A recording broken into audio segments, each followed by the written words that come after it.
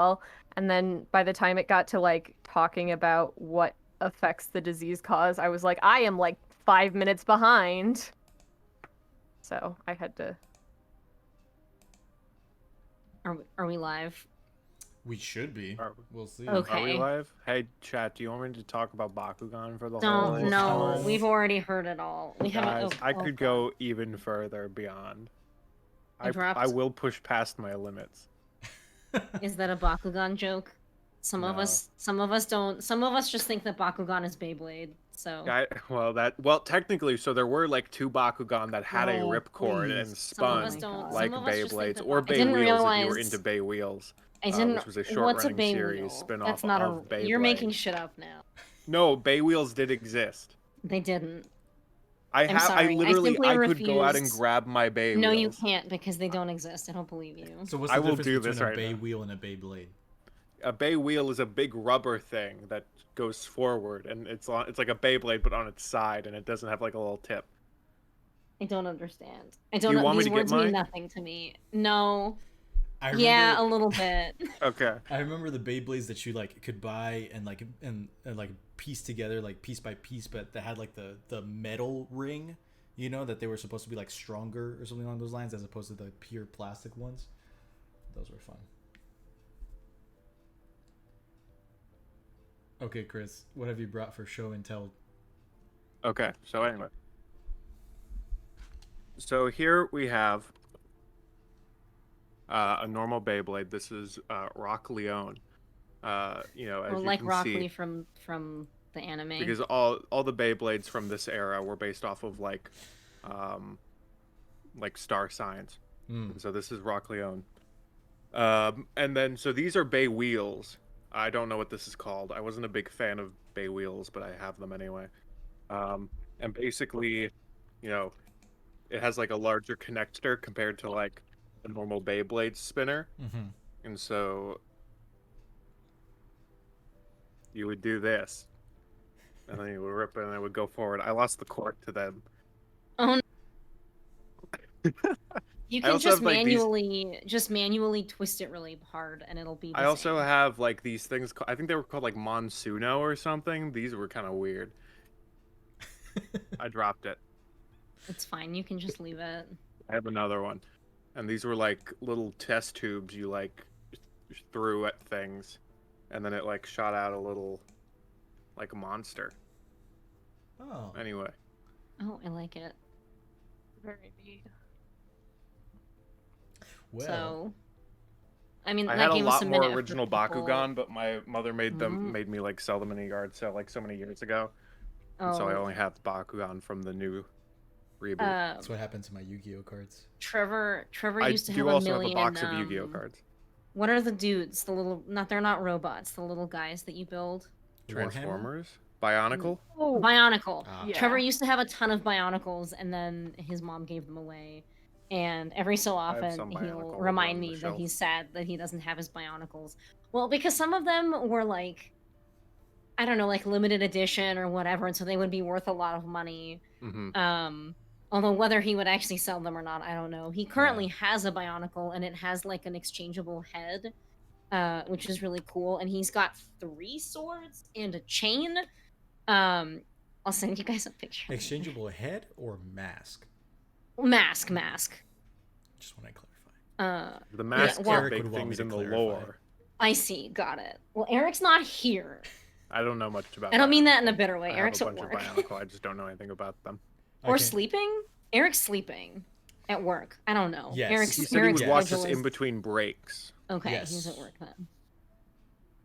Anyway, he's waking up soon. Somewhere. Yeah. He's Eric because his it's Schrodinger's Eric. So he's either asleep or at work. He wakes up around the time that we finish the stream. Is essentially the situation. So he's asleep. Interesting. Right, but he, you know what? Then why did he say he would watch us in between breaks? VOD during his breaks.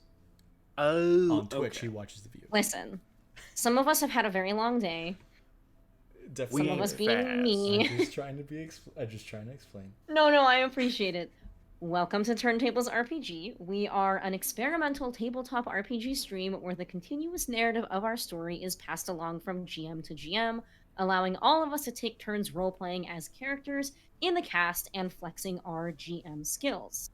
The game that we are currently playing is called Monster of the Week. It was created by the lovely New Zealand man, I think they're called Kiwis, Michael Sands, and I am your current keeper. This is part 2 of a question mark part mystery. And we are so far, hopefully, having a lot of fun with it. I know that I am. A couple of announcements. If you like what you see here today, please follow us here on Discord, or if you're watching this on YouTube, subscribe on YouTube. We also have a Twitter and an Instagram. And I believe that all of this information can be found underneath our stream in the little box where it has all of our information. Additionally, the beautiful art that there was no intro playing today, but it'll play during the break. Yes. Is okay, there it is. Was made by Patrick Costa, who is a wonderful artist that you can commission if you so choose.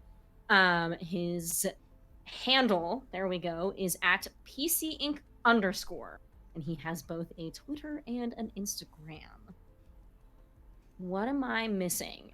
We are currently in the process of continuing our redemption question mark of creating the content that we raised money up to for goals for our charity streaming from a couple of months ago. If my English teachers heard that sentence, they would hurt me, but they're not here. Yeah, so if you go to our Patreon right now, actually, you can find the beautiful phone wallpapers that both Chris and Mars made. One of them has been my wallpaper for like a long time now, and it brings me very great joy. They are free, so if you would like to have a really cool Turntables wallpaper, you don't have to pay any dollars for it. You can just have them. And they are fabulous. We have some lovely, talented people on our team. But in addition to that, some other things that you can expect this month are the one-page RPG, which will be later in the month. We will also have our PowerPoint party, as well as our improv night. The exact dates of those I do not know, but they are around somewhere. That's all that I have. Yeah. Anybody else? Announcements? If you want to get the music queued up, I'll take it from here. I thought I did. Let's see. I can hear music. Gotcha. Yeah, it's just very low me. on my end, but it should be good now. Okay, because solid. music before was really loud. Yeah. For the Yeah. spoiler. Yeah. Yeah, if you look in the Groovy command chat, you can see me berating Groovy, which I think worked. Yes, so thank you everyone for joining us tonight. We're still going to be ending around approximately the same time as normal. It's just a little bit shorter of a stream today, but we're very happy to be here with y'all. And I think the only thing that Masha didn't cover was just that, again, for the milestones in and of themselves, we have the upcoming the improv night date is still to be determined, but our PowerPoint presentation night is Wednesday the 16th, Wednesday the 19th, my apologies. And that's going to be a lot of fun, so come check us out on that night as we all do our own little presentations and see how that goes. And then I might be dying. That's also true. Oh no. That's when I get my second shot. Oh, So, snap. Okay. I'm just excited make sure about your it. A good presentation form of dying. is something that you can read while you're living through a fever dream. Yeah. Just absolute gibberish. And then just to let y'all know, for the sake of time and all of us meeting up, because May in and of itself is a very busy month, we did record some content, and so our Tiny Tables will be recorded this month, but most of us hopefully will be in the stream when we do stream that at the end of the month. And we're very excited to say that, if it's okay, that Dustin was our GM for that game, and we were playing Metahuman Uprising, which is this awesome superhero genre game that, if I remember correctly, is pulling it up now. That's not remembering. by Richard Woolcock is the creator Open of book Metahuman test. Uprising. Yeah, open book test. Yes, let's switch over to that. Remembering with by looking at stuff. But Richard Woolcock, you can find him on Twitter. And yeah, we're very excited to be playing it and doing that. And you will not want to miss it. There true. are some really fantastic bits in it, and also some crimes against humanity. So I don't know what you're talking about. yeah. Can you please go into detail explaining what you're talking about? For the sake of No. all of our dreams, let's not. Yeah. And I have enough nightmares in any given week. I don't have to rehash stuff that I've already had bad dreams about. but yes, and Masha already covered it. We're on social media at Turntables RPG. Feel free to check us out. We have a Patreon and we are Twitch affiliates. If you'd like to support us, you're absolutely free to. But otherwise, unless anybody has anything else, we can probably go ahead and roll in. Yeah, I did not prepare an introduction for this week's stream just because we had a little bit of not a hot ending. I'm thinking like hot start, but I guess whatever. So I guess I will kind of rehash the bit of the cliffhanger that I left all of us off at last week, and when we come back from the intro, we can also just do kind of a general recap of everything that happened. But most importantly, the party was split into 4 different groups, despite the fact that they are only 5 people. And one of those folks that got split up are one of our resident chaos bringers, Cassie, was sitting around a local hangout spot when all of a sudden she heard the growl of the werewolf behind her. Welcome I forgot about that. Well, now you know that Cassie's in imminent danger. Even better. Welcome to Monster of the Week.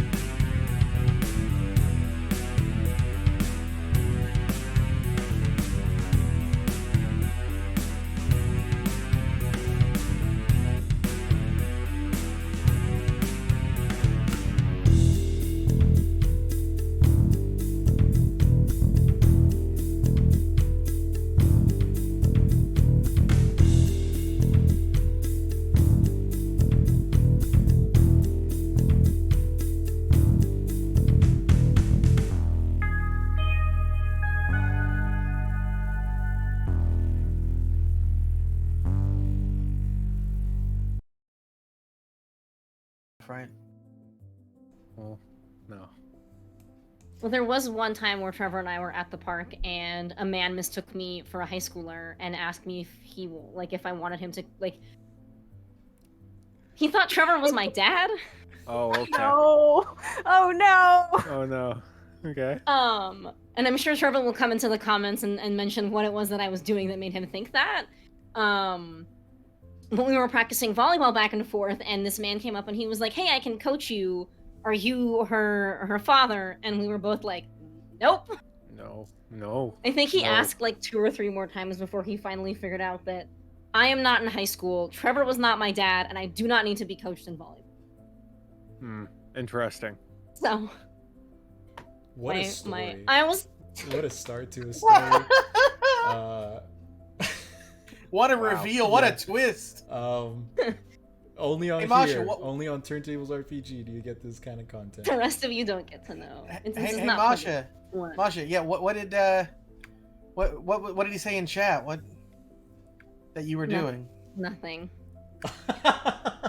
Hey guys, Mars has red hair. How cool is that? Yeah, I did it in 20 minutes before therapy today. Whoa. Yeah, it looks great. I don't think Masha needs to tell us what Trevor said. Maybe she could show us. Absolutely not. Either You show guys or need to tell. stop Please bullying stand me up right right now. Show or It's tell. okay. You'll be Yeah, hearing okay, from my guys. lawyer. Can we Monster of the Week? What's going on with that? Yeah. So It was flossing. Okay. Oh my God, Dustin. Listen, YouTube. The The YouTube people audience must. are gonna be really It's been disappointed. immortalized Yeah, now. we were practicing volleyball. and I YouTube started audience, flossing like love the you to dance. death. Can we get a comment and a like and maybe a subscribe? Click that little bell. Hey, listen, it started suggesting the episodes to me this week. Nice. Like Yeah. they Oh, showed up my very suggestions. cool. So Yeah. So, Monster of the Week, since Yes. we're on kind of a condensed timeline today. Yes. And also, I guess I meant to clear this with you all beforehand, but we did not get to it. I know that we usually would have our break 45 minutes from now, but that's a little early considering we haven't even started playing yet. Are you cool with our break starting 30 minutes beyond that, and therefore it being kind of halfway in this 3-hour time span that we have? Does that work for Mars's schedule? To go at 9:05, and then Right. I'll probably be back around 9, somewhere between like 9:30, 9:45, depending on how long the thing takes. I'm hoping it won't take very long, but you Okay. saw the people who I have to listen to speak, and I get the feeling they're not very concise. Maybe we can have the break then, so that it lines up with Mars's absence a little bit better. We'll see how it plays out. We'll see what you guys are up to. Yeah, if we want to in do it that like maybe time like frame. an hour from now, I can have a placeholder for Mars for like a little bit, and then maybe we can come Mhm. back just as they're coming back from their stuff. Sure, If that's okay that with works. Yeah. Anyway, so my lovely players. When last we left off, there were a few things that happened, and I'll let you guys tell most of the story, but just to kind of bring it up to the speed of what I had already monologued last week. Gene received a call notifying him of a job for the 5 of you, and Anne, who made herself scarce. Not around. Anyway. Second. Okay. And you were informed that there was a small town with a couple of monthly deaths. He took you guys there in the middle of the night, dropped you off, said he wanted to go buy some champagne because a man's got his needs. And you spent the night in this small town per his request. Yeah, who wants to talk about a little bit of what happened? We are in Yellow Birch, Kentucky. And the idea is that we are moonlighting in the town as animal control. After the past couple of months, there have been several kind of like sporadic, almost quote unquote animal attacks that have left a lot of mangled bodies. And so after the night that we spent in the hunting lodge, or yeah, I think it was a hunting lodge. We met with the mayor, and I think Louise Smith. Louise Smith, yes. And we got a little bit of information about what was going on in the town. That it seemed as though these attacks were happening around like the ends of months, like near possibly like tied to the lunar cycle. And then we were kind of directed over towards the sheriff's office. And so obviously still under the guise of animal control, we went over to the sheriff's office. Does anyone else want to take it from there? Hey Mars, what happened at the sheriff's I was office? about to. We looked at the files, and there were 3 files, and so we looked at 2 of them, and then Apophis messed up the 3rd one, so we didn't get to look at that one. And then, then we left the sheriff's office, and... Yeah, that is certainly a condensed version of the event. I forgot the possum thing didn't happen until later. It didn't happen until later, but you are more than welcome to share now that at some point when Apophis is on their own from the rest of the group and approached by the officer Ocean McPhee, one of the best fake names I've ever come up with. It's really good. What was their excuse for the damaged computer? Apophis said that the reason the computer was damaged was because they were performing animal control training, and so they let loose a bunch of possums, and the possums caused the damage. So, good liar. Hey Chris, after everybody left the sheriff's office, what did you all do? We got out of there. We ran into the forest, and we were basically like, yo. So we know these things are attacking in the forest. We also know that there's a lot of families that have been victimized recently. We could either split up, or we can either go to see the families and get some clues from them, or we can investigate the forest because it's starting to get to nighttime, and that's when things usually go down for us. And so we basically, I or Chuck bring up the fact that we could split up into groups because some of us are more equipped to handle social situations and some of us are more equipped to deal some damage. So we decide to send Chuck, Cassie, and Apophis into the woods to hunt for the wolves, and Teddy and Alex off to talk to the victims' families. Meanwhile, while digging around in the dirt, Chuck found an old box he had left behind with keys to his old mini car that he had lost so long ago. And we ended his time as he was sitting on top of it, reminiscing about the good old days, not noticing that his 2 compatriots both walked off in opposite directions. Yeah, let's talk a little bit more about that. I guess just for a little bit extra detail, Chuck used Oops, which is one of my favorite Monster of the Week moves. And in that box, he was also able to find a pocket watch and a couple of like old fake IDs from Alias's past. Why don't we actually switch gears a little bit? Alex and Teddy, how is your discussion with some of the townsfolk going? Well, we've been so first it should be said that we also went to the hardware store in order to get walkie-talkies so that we could communicate over a long distance, and then we also got a little bit more information about like we got more information from the shopkeep or the shop owner. I think his name was Gerard, and he essentially told us that like everyone had been buying out all of his guns, and that he thought that there was actually like a murderer out and about, doing this like in a serial killer kind of fashion, and that was like kind of his take on the situation. But both Alex and Teddy, using the information that Teddy had kind of like taken from the sheriff's office, went to go find the family of Marie Burgess, who was the most recent victim of this monster.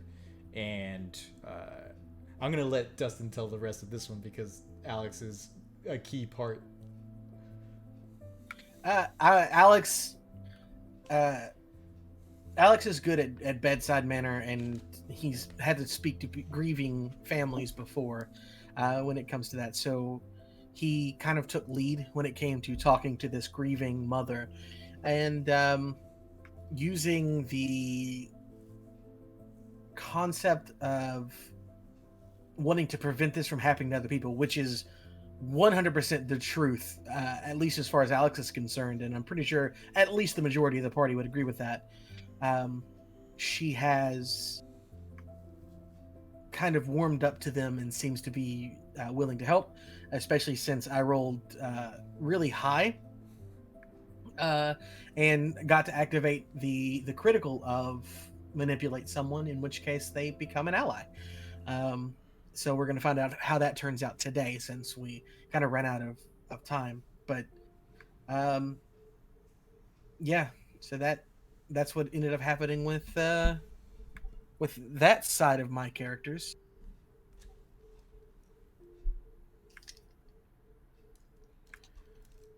Yeah, do you want to talk a little bit about why it is that Apophis and Cassie have both decided to go completely opposite directions from everybody else?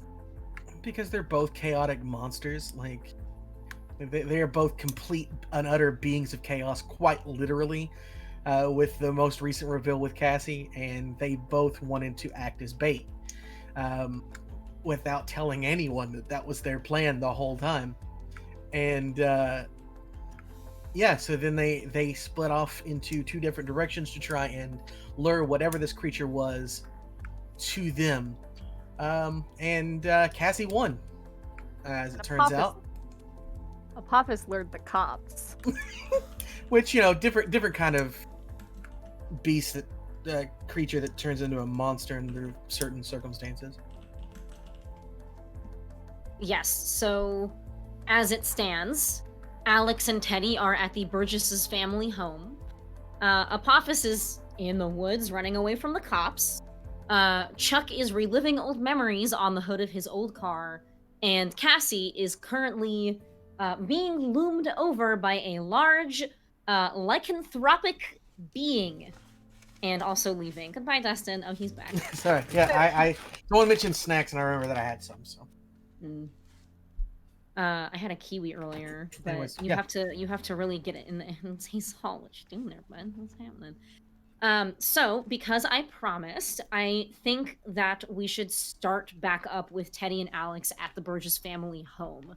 And for timeline stuff, this is supposed to kind of be happening before what's happening with Cassie and all of them. I just ran out of time to really get into the extrapolation of all of this last week. Mm-hmm. So, the two of you, as well as Marie Burgess's mother, are sitting at her dining room table, drinking some tea, having some snacks, and she has become an ally of the two of you. What would you all like to say to her? Did she come back with the tea? Yeah, she's come back and she's sat down and has poured the both of you a couple of mugs of tea. What kind of snacks are we talking about? There are a couple of different kinds of Girl Scout cookies. Oh, nice. As well as pigs in a blanket, baby. Them's the goods.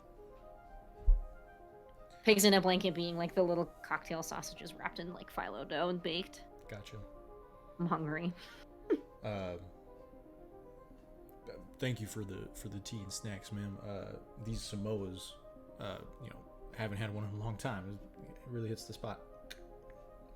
Alex is not partaking, but he still thanks her. Yeah, Marie was a Girl Scout. What can I do for you, gentlemen? I'm happy to help. What my family has gone through, I don't want any other mothers, families to go through it again. Yes, ma'am. No, of course, and of course, please feel free to stop us at any point in time. We don't want to cause any more discomfort or anything of that nature. We just have a couple of questions to ask to hopefully get a clearer picture of the circumstances. We were informed by the sheriff that it seemed like the incident took place in the woods. Do you have any idea why your daughter would be out there? Oh, I mean, all of the teens in this area go to this one spot. It's got benches and a fire pit, and minus the occasional wild hog, there's really no danger out here. We're a tight-knit community. So she would go out there with her friends a couple of times a week just to hang out and discuss. And these kids, when they get older, you can't keep them on such a tight lead anymore. They need their independence. So it wasn't out of the ordinary to go spend that time with her friends. She was always home just in time for curfew. Yeah. The other victims, they were part of the same friend group that would often go to this area? Yeah, they were. Just teen girls, they gravitate to each other. They form these really strong cliques. Sure, they had their arguments and their tiffs. What happens when two girls have a crush on the same heartthrob. Causes a little bit of infighting, but yeah. Did Marie tell you about any infighting that was currently happening in the group at that time? Nothing in particular, really.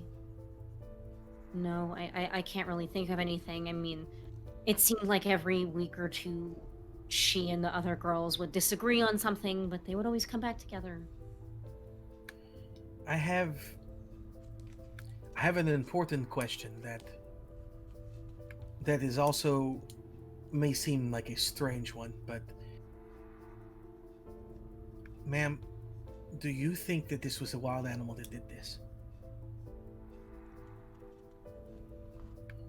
Barring what anyone has told you, what do you believe?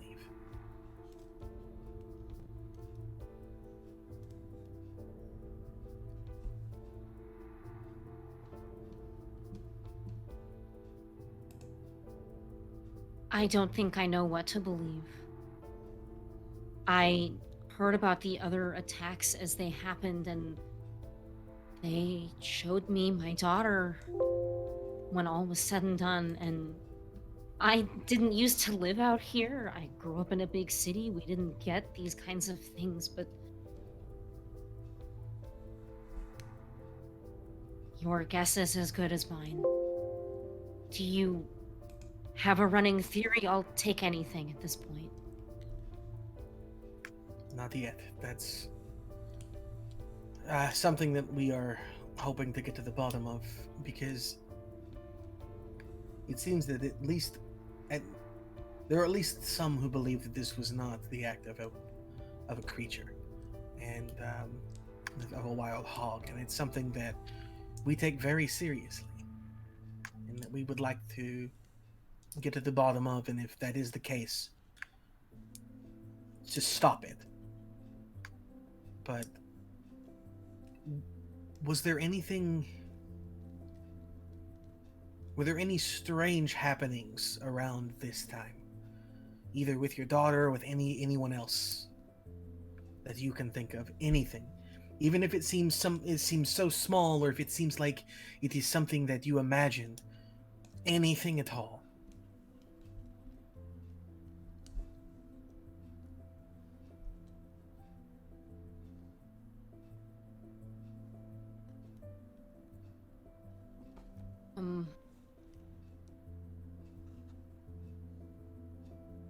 I mean, I know that the night that she went out, it was just with the two girls.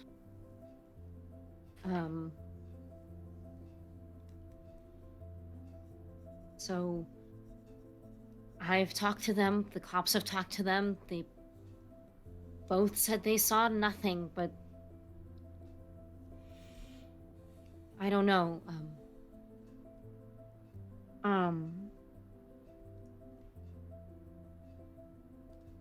I think that they were going to go to hash out a couple of things.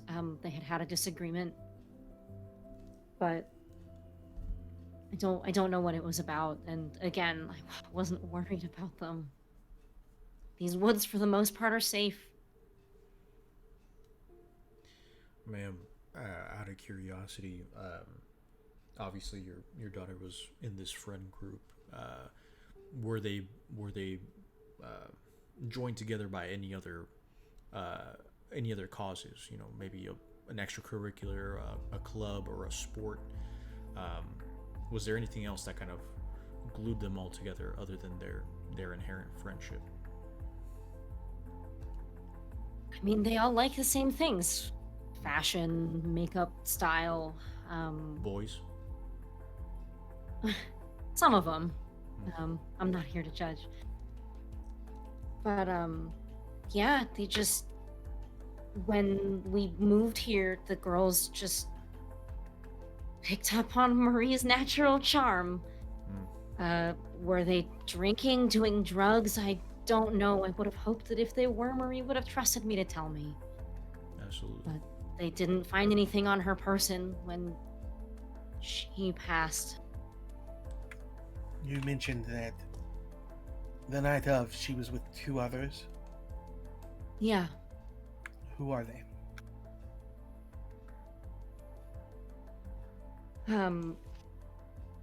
There's I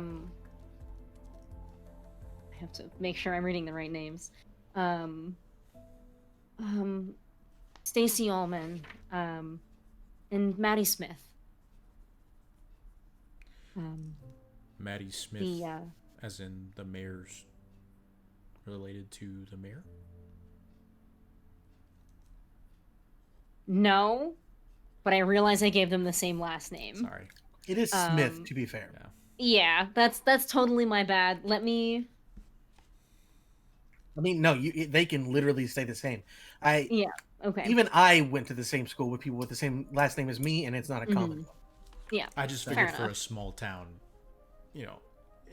That's totally a keeper oversight. But I think, in character, I think that Marie's mom would have just been like, no, they're no relation as far as I know. No.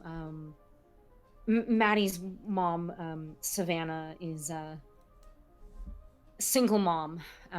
They live down the road, and I mean, everybody lives down the road here. I can tell you where both households are, if you want to talk. I can come with you.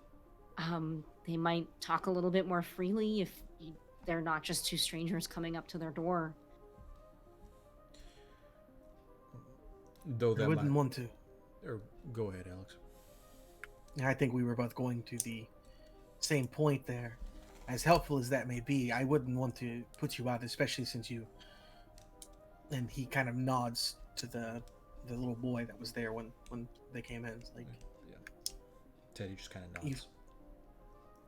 You have other responsibilities, and I would hate to tear you away from that. Well, my husband should be home from work in half an hour. Here's my number. If you need another pair of eyes, pair of hands, that truck out front is mine. Please let me know. I'm happy to help, and any amount of closure I could get would be amazing. And I'm glad that the Samoa is to your liking, sir. But yeah, I should probably get this little guy off to bed, and thank you again for visiting. And she picks up the toddler, who has again kind of attached himself to her hip. He stares at both of you, as toddlers are wont to do, with their like completely 1,000-yard stare. Yeah. I love them for that. Children have no... How old is the toddler? How old are toddlers? 3? Around 3? Okay. Yeah. So like he could, you expect that he can walk around and talk, and like he's been quiet just because the 2 of you are strangers in his home. For sure. And I think actually he points to you, Alex, and he goes, "Mask." and kind of like touches his face. Alex smiles behind the mask and nods, and he goes, "Yeah, I have terrible allergies." Allergies make sneezing. Mommy told me. They do. Achoo. Achoo. You should take Mucinex. Good for allergy. So smart boy. Thank you very much. I will see if I can find some. Okay. Be good. Be safe. This is what toddlers sound like. Trust me, I'm a biologist. But I think that she... if the two of you are heading out, I think that Marie's mom, who I don't think I named, actually. Did I name Marie's mom? Does anybody know? Not that I have in my notes. Okay. Her name is Shauna. Cool. For my notes and for yours. Peek behind the curtain. What's her name? But I think that she will let you guys out, give you a little Ziploc baggie of a couple extra Girl Scout cookies to be on your way. This is what being allies with people gets you, the perk of good snacks. Why don't we jump over to Cassie for a bit of a change of pace here. Cassie, why are you laughing? Because it's still me. That's fair. Yeah, actually. Why don't we just take a peek over at what Chuck is up to? Okay. Hello, I'm at the why not? So you are lounging on your car, just vibing, when, for a brief moment you pop up on your elbows and you notice that neither Cassie nor Apophis are anywhere nearby. I believe that you do still have the clicky-clacky radio. The walkie-talkie. Walkie-talkie. I think Chuck just I think he looks around and is like, dang it, no one ever wants to listen to my stories. And he's gonna pull out his radio and he's gonna click it and be like, 4-1 Big Ted. The snake and the hungry one are out of here. Dude, is it enough distance to where Teddy's walkie-talkie picks up the signal? I would say so. I think this town is not particularly large. You are able to hear this. Roger.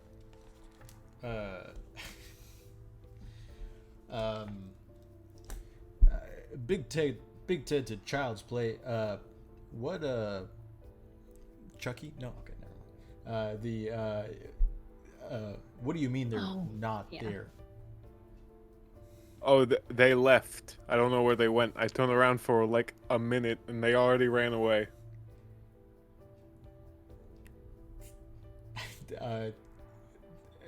Teddy looks at Alex and just kind of like takes the antenna and just kind of like bops it into his forehead, just like for like 3 seconds before. Right, Chuck. If you can try and scout around as best you can, okay. We will. I'll go in style. Oh, and you hear he starts unlocking the car. Chuck, are you breaking into a car right now? No. Well, technically, yes, but you have the keys. Is it breaking into the car if I own the car? Where did you get a car? Long story. We'd be here all day. Fair enough. Sure, do it in style. At least try and find one of them. And Alex and I will head over there as soon as we can to try and narrow down the options. Cool. So I think Chuck's gonna before he gets into his car, is gonna be like, okay, Child's Play out, Big Ted. And then he turns off the walkie-talkie, clips it to his belt, and then he gets into his. Well, not turns it off, but you know what I mean. Like He puts it to his side. I don't know how walkie-talkies work, guys. I'm sorry, I've you called just myself unclick. out. Yeah, they just stay silent until somebody calls. It's as someone who was a manager and had to use them on a daily basis, you never get used to the static and the call. But don't turn it off, please. Okay. Chuck turns it off, and then he gets in the car. I'm joking. He does not actually. He just gets in the car, and then he turns her on. Do I have gas?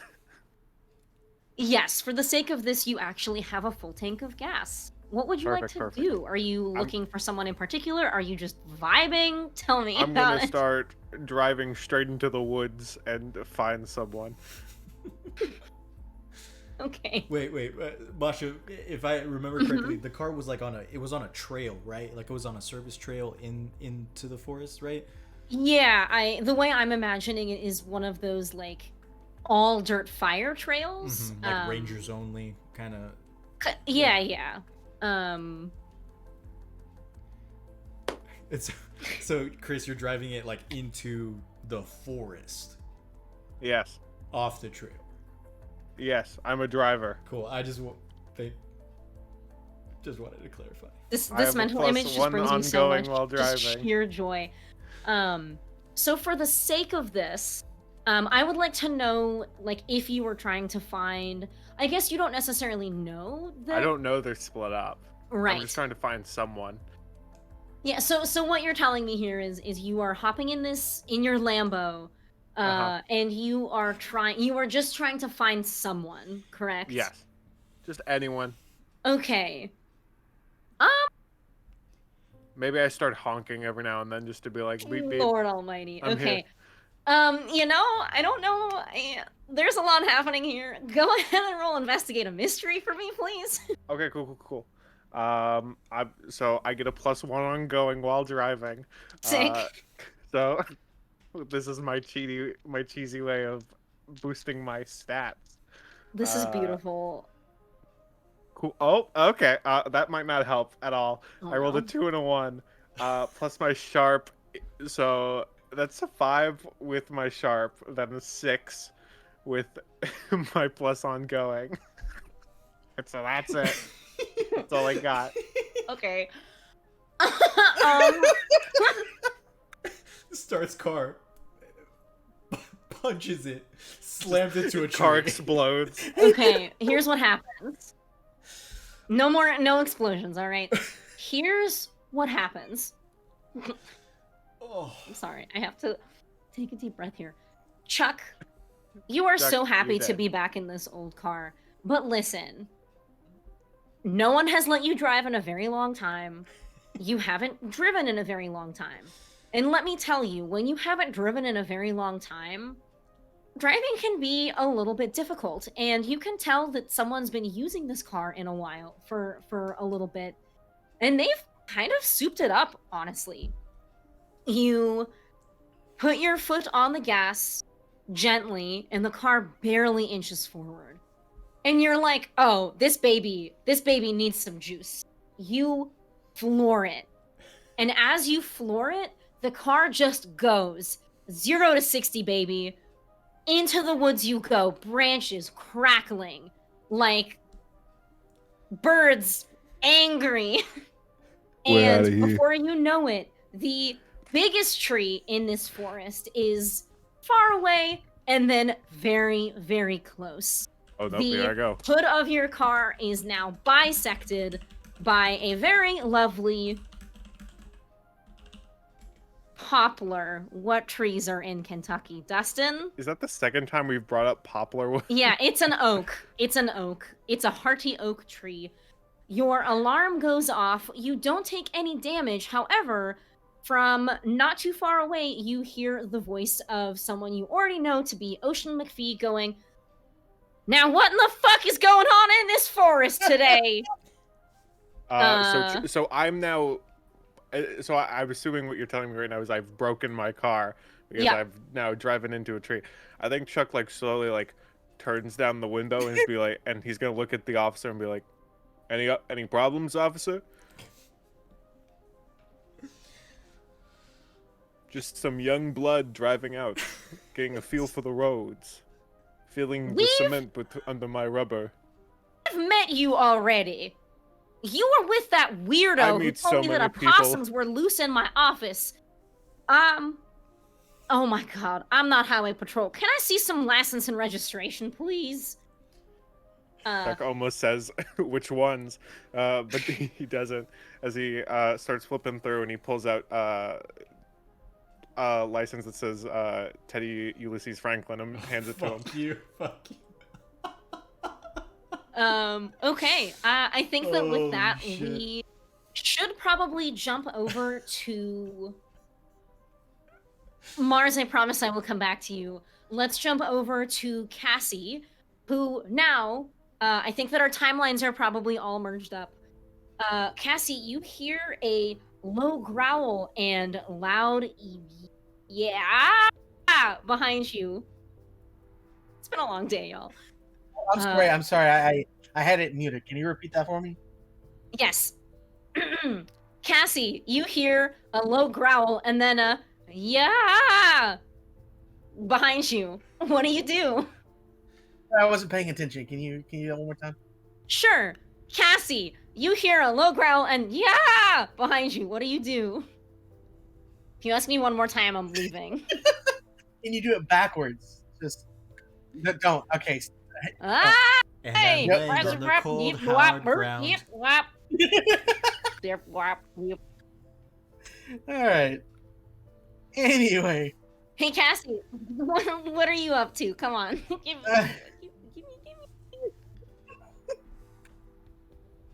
Dying a little bit inside. Okay. She's going to... I mean, the only thing she can do, roll around and be like, what the...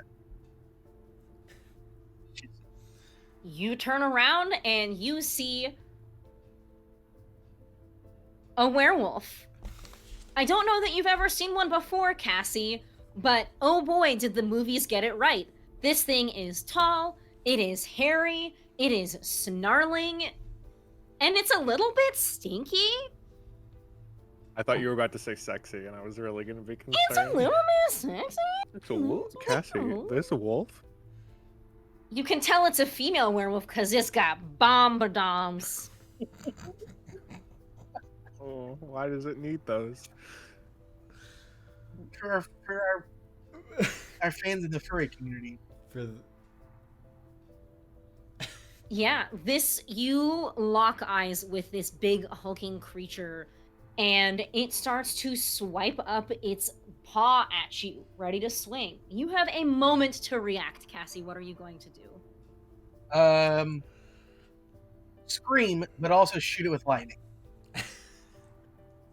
Okay. Is that a kick some ass roll? It is, actually. Okay. Yeah, she go ahead and roll that for me. That is, in fact, her impulse kicking in at this point. She's accepted her,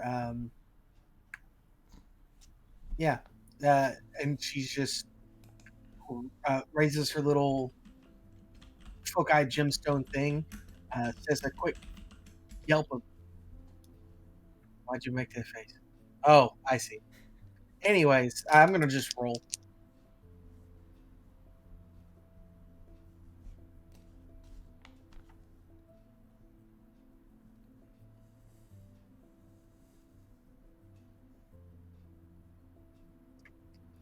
I have to renew my subscription to show the Snake Eyes emote.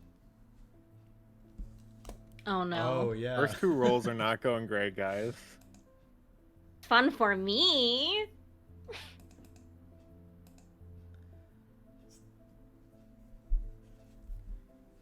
Wonderful. Yeah, so yeah, that's a Snake Eyes.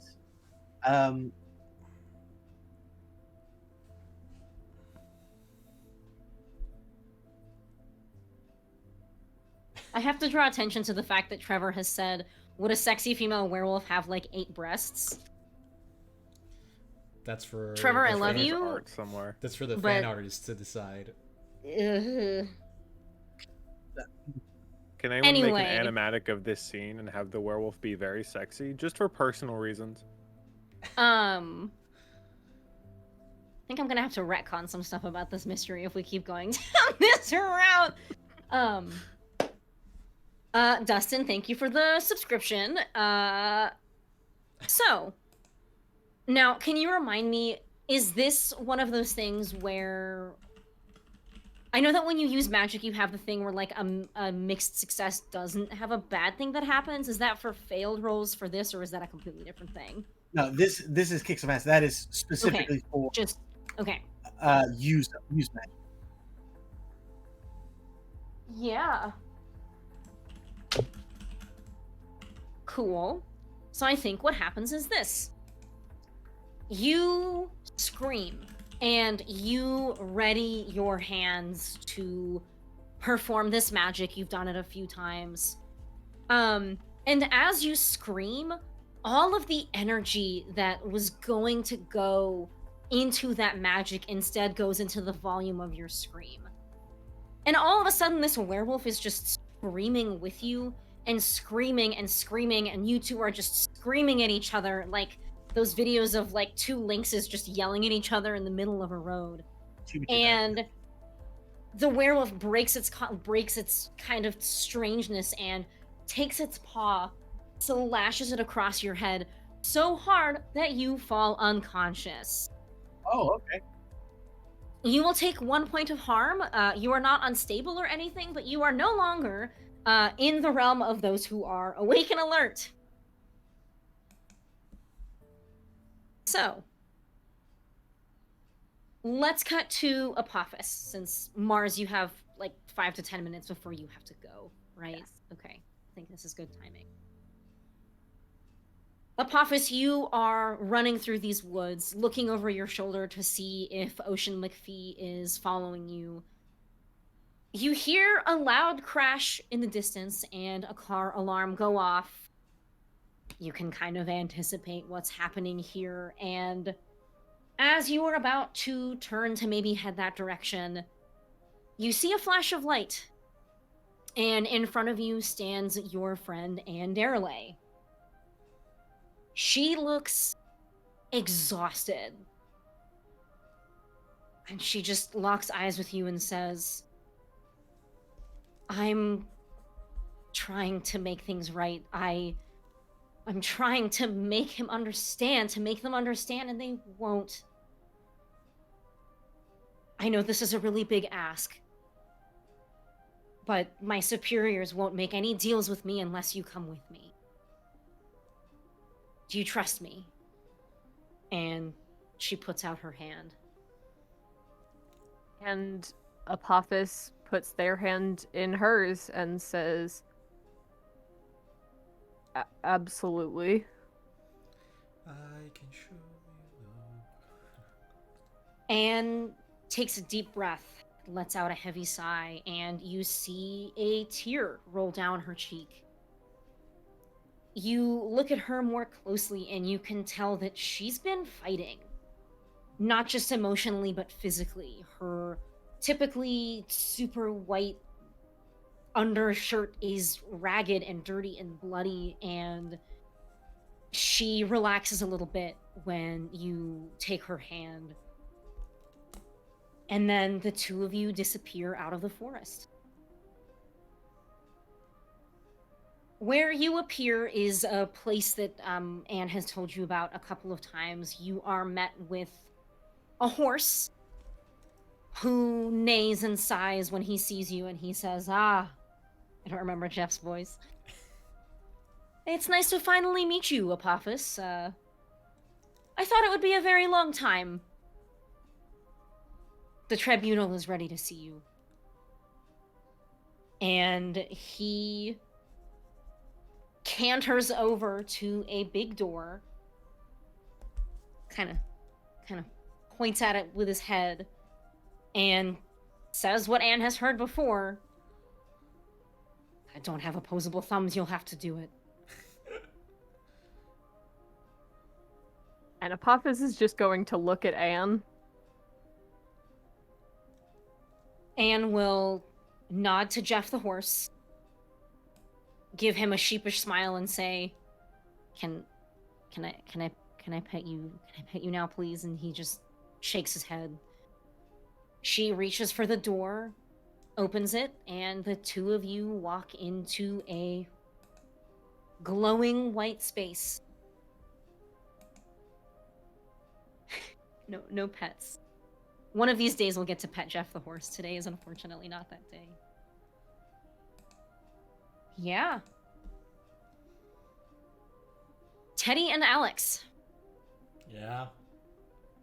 What are the two of you up to? You know that Chuck is alone. Cassie's alone, potentially with Apophis. Yeah.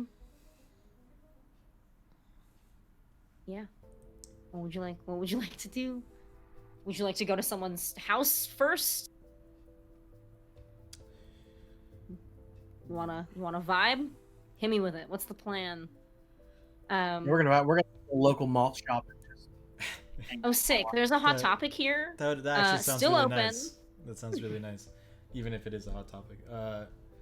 I think our real question for Saul to the rest of the group: what was the reason for me not calling the satellite last time? Was it just because we didn't know what it was, like with the exact thing that it was? Okay. Didn't know for sure. Okay. Yeah, you held off because maybe wasn't werewolf, maybe was a possum.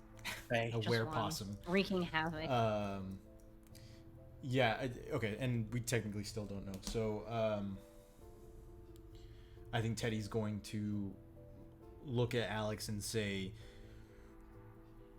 do you want to try and talk to the friends, or do you think we should go to the forest? I'm not sure. Knowledge is always a powerful weapon. Our allies, and he very specifically does not mention the word sister in this particular aspect. They have forced our hand. I believe you're right. We've got what was a recon mission has now become a rescue op, so we should probably regroup, because strength in numbers, and then hopefully once we're in a position of strength we can strike out again, maybe try and get some more answers. But I think at the same time, Chuck is on the case, right? I mean, you're right. Hopefully he's found them. Nothing can go wrong. Hopefully he's found them, and that'll make life very much easier. But at the same time, and he looks up at and just to clarify, the moon, we've said this before, the moon is red, right?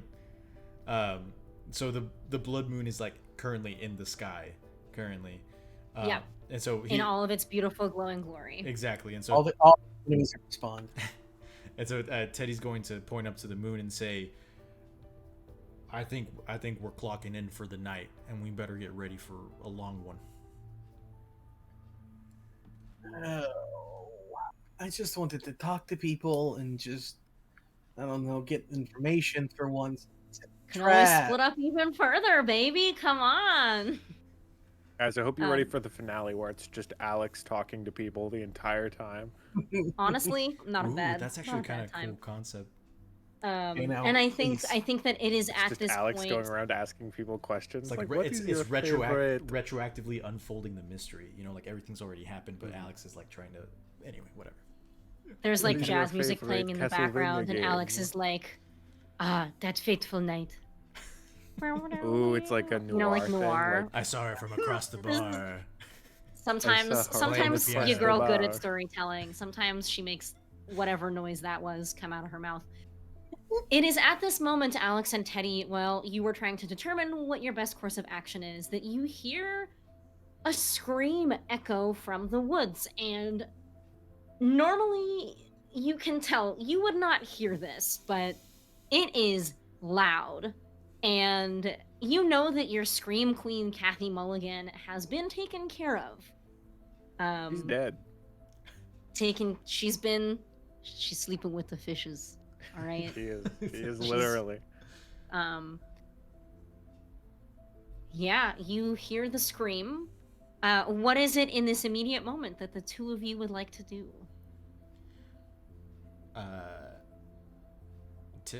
Teddy just looks at Alex and Alex is already moving. yeah, he follows after. I mean, I'm positive Alex is like way faster, but Teddy's behind him as best as can. Okay, and the two of you are running into the woods, correct? Yes. Okay. No, we're running to the next house. Sure. Yeah. Trick or treat. Great. Bitch. Cool. Chuck, you have been asked for your license and registration, and you have given Ocean McPhee a license that shows Theodore Ulysses Franklin on it. Now, does this actually have a photograph of Teddy on it, or is it a photo of you? I think I'm trying to decide whether or not this is a forged ID or Chuck stole this ID. I'm trying to figure out what is more likely to have happened for Chuck to have done. Oh, Mars is gone. Yeah. So Mars will return later. Mars will return in Endgame. So anyway, so I think Chuck. I feel like Teddy's too like protective of his information to just let Chuck like somehow steal his ID. So I feel like maybe Chuck had this fabricated. So I think it might be Chuck's picture. Okay. I love this because we already did a bit where when you were introducing yourselves to Ocean McPhee, you were like, I'm Teddy. No, I'm Teddy. No, I'm Chuck. Yes. And so this man is just immensely confused. Who's who?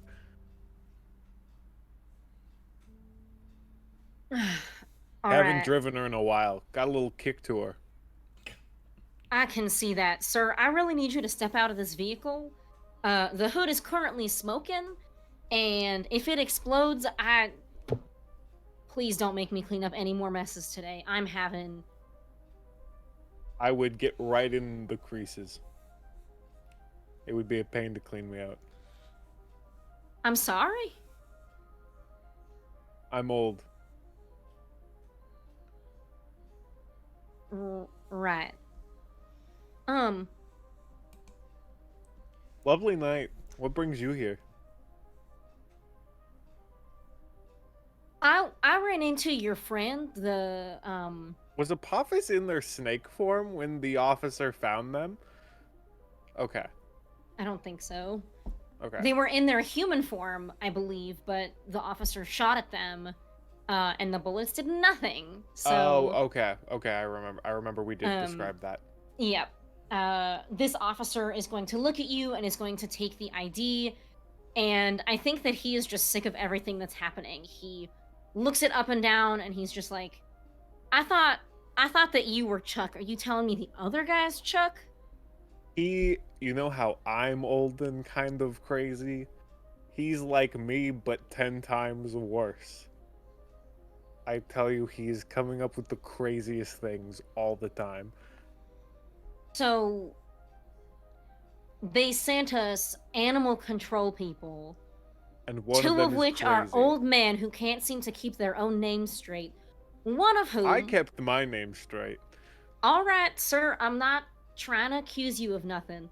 I just wanted to protect my identity. Identity theft is a big issue in America. Chuck, have you stepped out of the car yet? I think Chuck's going to... Okay. I don't think he has during all of this, but I think he will at this point in the conversation. Identity theft isn't a joke, Jim. Millions of families suffer from it every year. Yeah, I think this cop is going to, when you Teddy step and out Chuck of the are car... just Jim and Dwight. Oh no. Oh no. Oh no. Don't do this to me. Looks at camera. Officer McPhee is going to look at you again, Chuck, and he's just going to say, listen, I can't let you just walk away from this. Please come with me back to the station, and please don't run away from me. Your other Chuck friend... runs away. Actually? Yes. Okay. It's like, old ankles don't fail me now. Yeah. Can you explain to me? Not explain. Can you just describe to me like what this would look like? Like, how exactly is Chuck trying to like skedaddle out of here? I imagine. Okay. So hear me out. Let me pitch you this idea. Okay. Real quick. I think he. I think the officer is like, please don't please don't run away from me. Your friend ran away from me, and the minute like he looks to the side to like, I think Chuck does a little like, and then goes in one direction. He tries to juke him. Chuck starts Naruto running. Yeah, act under pressure for me. Okay, cool. You no longer get the +1 from your vehicle. Dang it. Okay. I get in the car, I drive away. That would have been good if the car wasn't broken. I don't think the car's operational, my man. I had a good run. Okay, cool. All 50 meters. I rolled 2 4s, and then I have a +3 cool, so that is a 11. Cool. Okay. If I got one more, I could have done my advance, because act under pressure is the one thing I got advanced, as well as kick some ass. As you have 2. Yeah, I think that this hilariously and poetically goes perfectly well. This man looks away for a brief moment and kind of points the direction that he had an interaction with Apophis, and he says, "Don't run away like your friend. He sprinted away, and I shot at him, and it didn't even hurt him." And he looks back, and then he looks to the other side, and he just sees the dust cloud left behind by your speedy old man legs. I used to do track in high school. Yeah, and considering this is no. You know what? Never mind. I think that we will cut away from here. Yeah. Okay.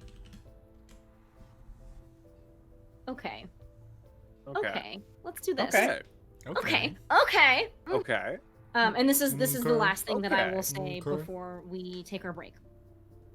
So, Teddy and Alex, you are sprinting through this residential neighborhood towards the sound of the very loud scream that you heard.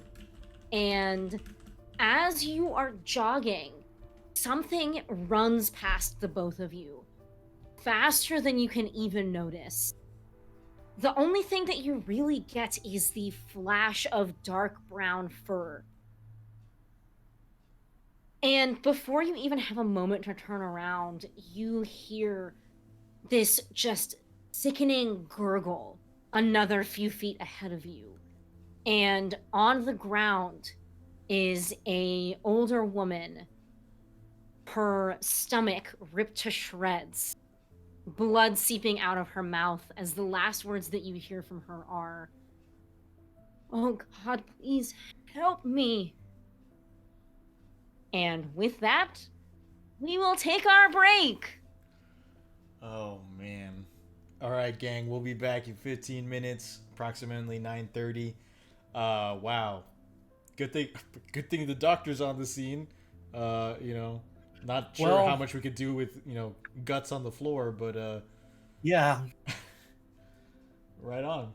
Cool. Thank you for sticking with us. We'll see you in 15 minutes. Bye.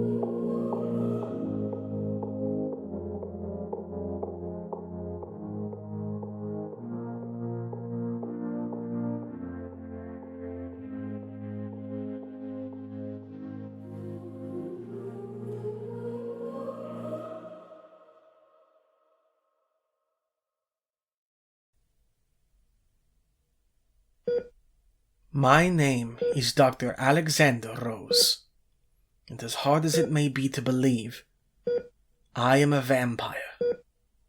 Well, at least partly. I don't even truly remember how this came about. You see, I had a problem with certain controlled substances. I was a user. I also gave freely out of the pharmacy connected to my clinic. There were many that I shared with. All of this culminated with one night, one bite, and my life changed forever. I'm now hunting for my sire, the one who turned me into this, and for any knowledge on my unique condition while trying to fix the life that I found myself in. I fight the urges. I work to try and make the world now a safer place for those like I once was, and for those like I am now. To prove my humanity remains, and that I'm more than monstrous.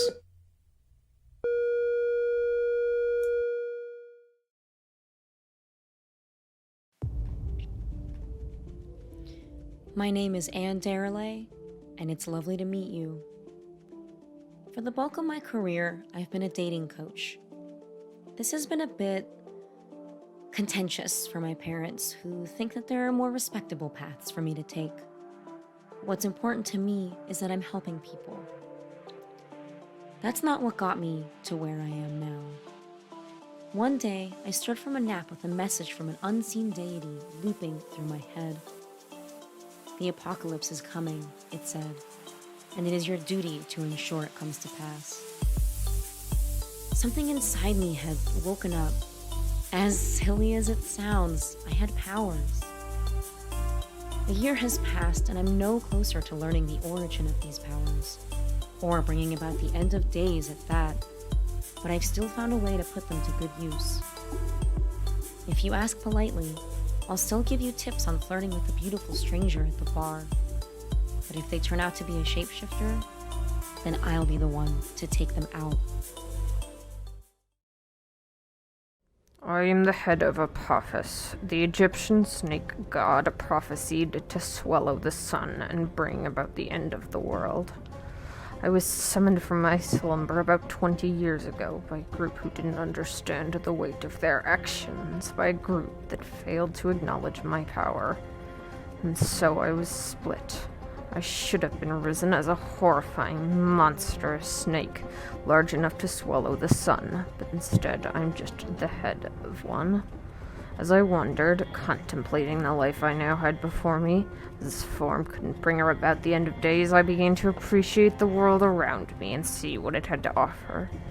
The apocalypse is my destiny, but I'm not sure it's the future I really want.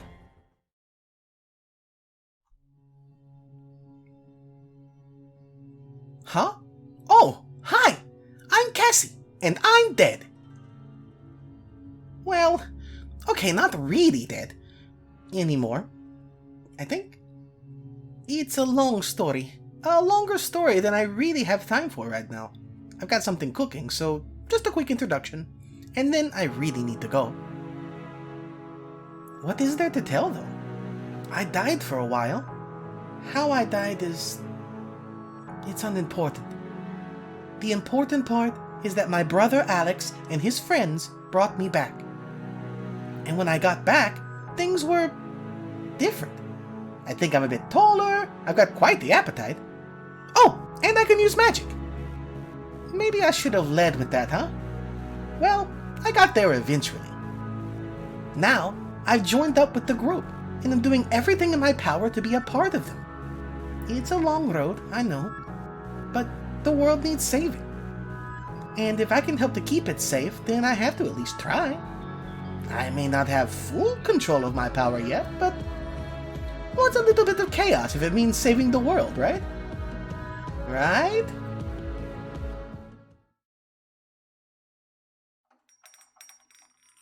Yeah, I'll have the Zack Attack, the pancake, and the possum milk, please. Thank you.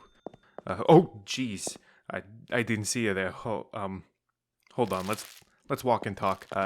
Anyway, my name is Chuck Duval. or you may know me by my old title, the Silencer. I was an assassin, hired killer type. Would take anyone out for the right price, really, but, you know, like anyone, I've made mistakes, broken promises, I've got deep regret and all that, but not much time left to, stand around moping. But I'm trying to move on, be better, and who knows, maybe I can silence a few no-good lowlives on my way out. Oh dang, they forgot my pancake. 1 second, folks. Recalibrating the sonic rifle. Almost there. Hot damn! Oh, shit. Oh, I apologize. Let me introduce myself.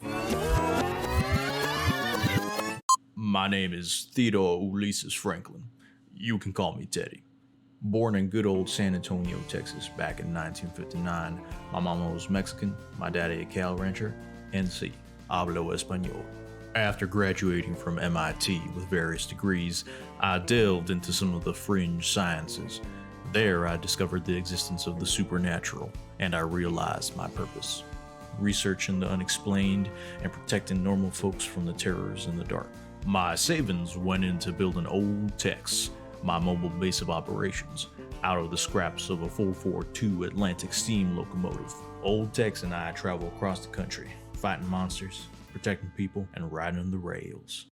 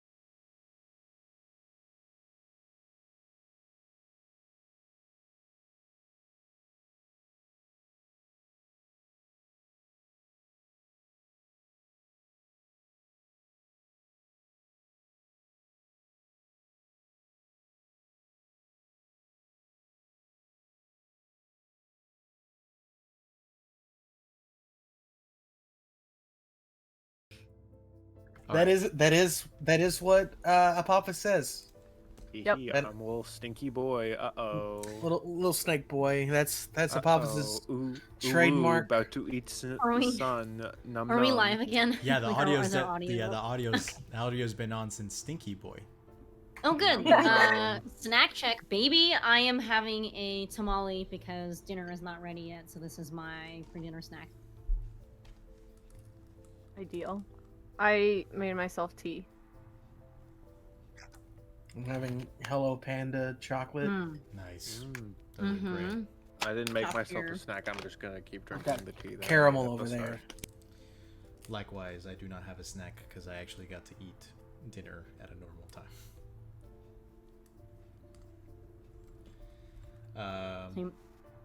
Or no, go ahead, Mushroom. Nope, it wasn't important. Okay. Okay. One more bite and I'll jump back in. Super excited for this open body surgery we're going to be doing in the woods. Listen. How do you get twigs out of the lower intestine? Asking for a friend. Alex is a good doctor, but there are limits. Hey, what happened? Sorry. Holy You weren't shit. around. Yep. We found a dead body. You know how it be. Oh. Well, Dying, no. Dying. They're still alive. Okay. Excuse me. Optimists, am I right? Someone got attacked by a werewolf. Yikes. Yep. Probably. You know what? Excuse me. I need to stop doing this thing where I take a bite and then start talking immediately. Really counterproductive to my cause. I am going to retcon because I think I said that it was an older woman. Mm-hmm. And say that it was actually an older man.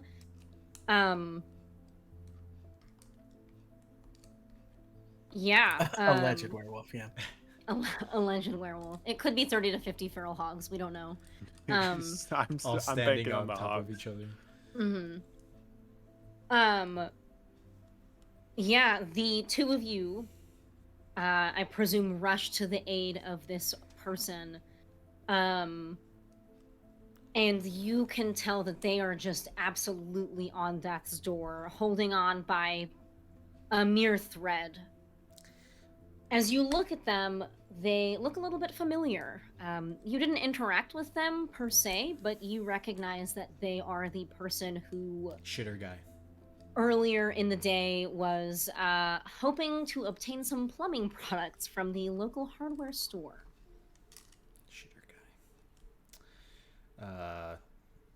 guy. Hang on. Let's pause and reminisce on our time with the man who really needed to poop. The man who really really needed some PVC pipe for some reason. I don't know. I'm not a plumber. I mean, it would help, definitely. But you'd have to have the pipe exposed already. How bloody is it?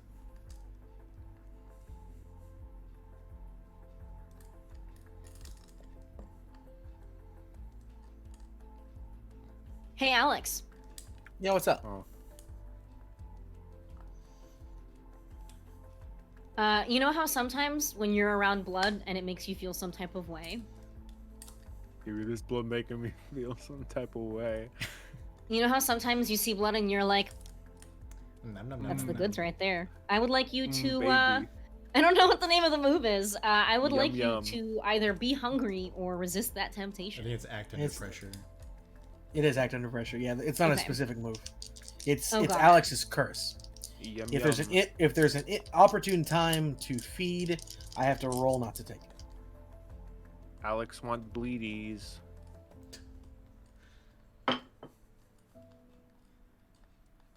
That is going to be. Yeah, let me pull up his actual character sheet and not be Teddy really wants to frantically help. trying to find it on Cassie's.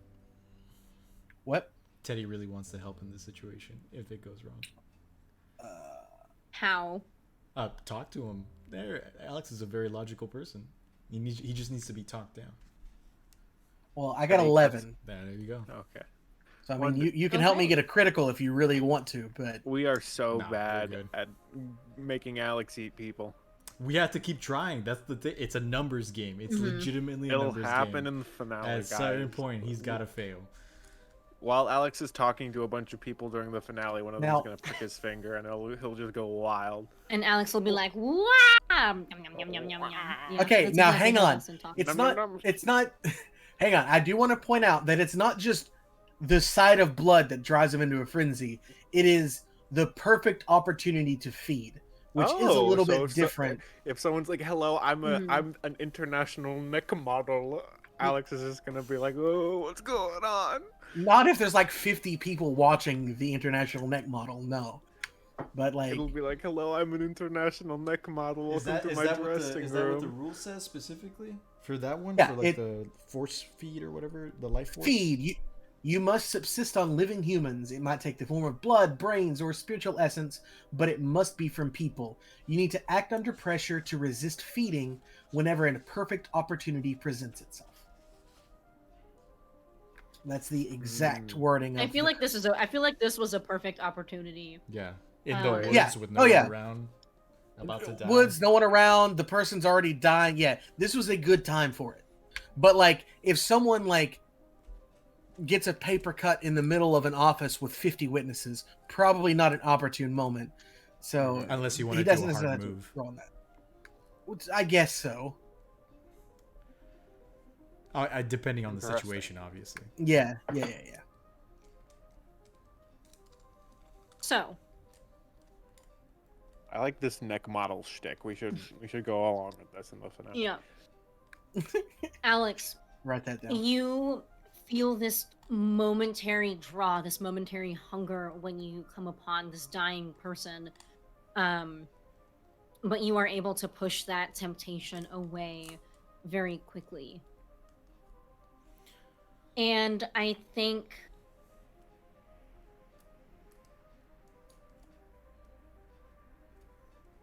I think that Teddy, Alex, as you come upon this body and you are kneeling down, they just die. They are too far gone, their wounds too great.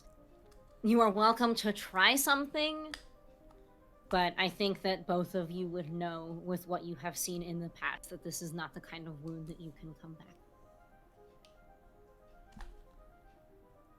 Yeah.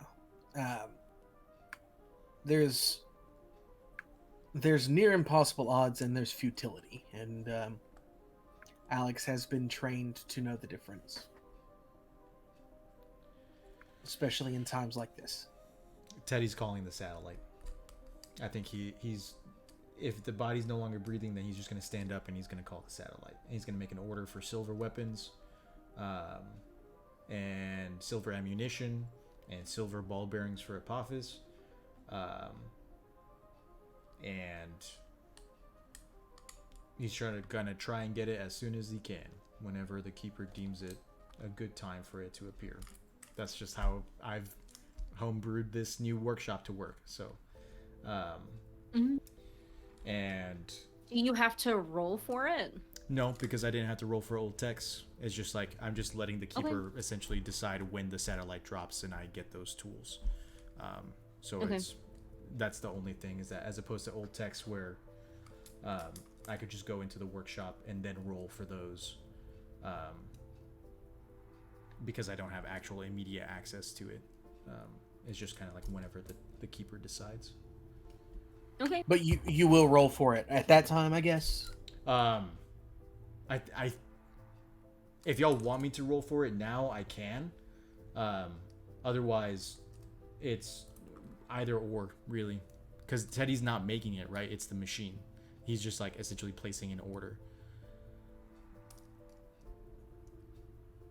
I'll go ahead and roll it now. Okay. Sure. What is that roll?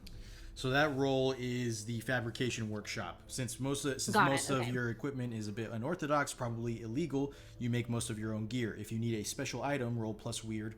On a 10+, you can make it and make plenty of it if that matters. On a 7 to 9, you make it but only barely. On a miss, you've created the wrong thing. Got it. Oh, that's right. That's specifically for the. This is how we got my favorite thing. Okay. Yes, and this is specifically for the fabrication workshop. There are other things involved that I could also roll as well, but this is the one that I'm using now. No, I feel like that makes sense considering your part of it is like.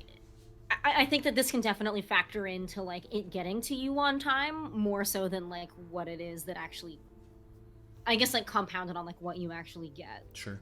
So I rolled a 6 and a 2, which is an 8, with my +2 weird, which is a 10. Okay. So I make, I can make it and plenty of it if it matters. Okay. And logically, I'm sure silver is used in a lot of components in space, in some, even if it's like in small little microchips and things of that nature. Like, it's probably up there. So. The Oltex AI that's up there in the satellite has like a really fun silver chain that he wears, and he's just like very, very cool. He's a cool guy. He takes off the chain, cries a little, puts it in a little box, and like drops it out the window. I know that's not how space or the AI work, so we are retconning all of that. It didn't happen. But yes, it will come to me at the time that the keeper deems appropriate. Yeah. My headcanon is that the old Tex AI is very sad and lonely. The sad headcanon. Yeah. I have dinner. It is chicken and rice. Baby. I'm not going to be able to eat right now because I have to do extrapolation. That's okay. So I think that the way that I'll play it is this. Since we were already discussing potentially, you were already thinking like maybe I need silver.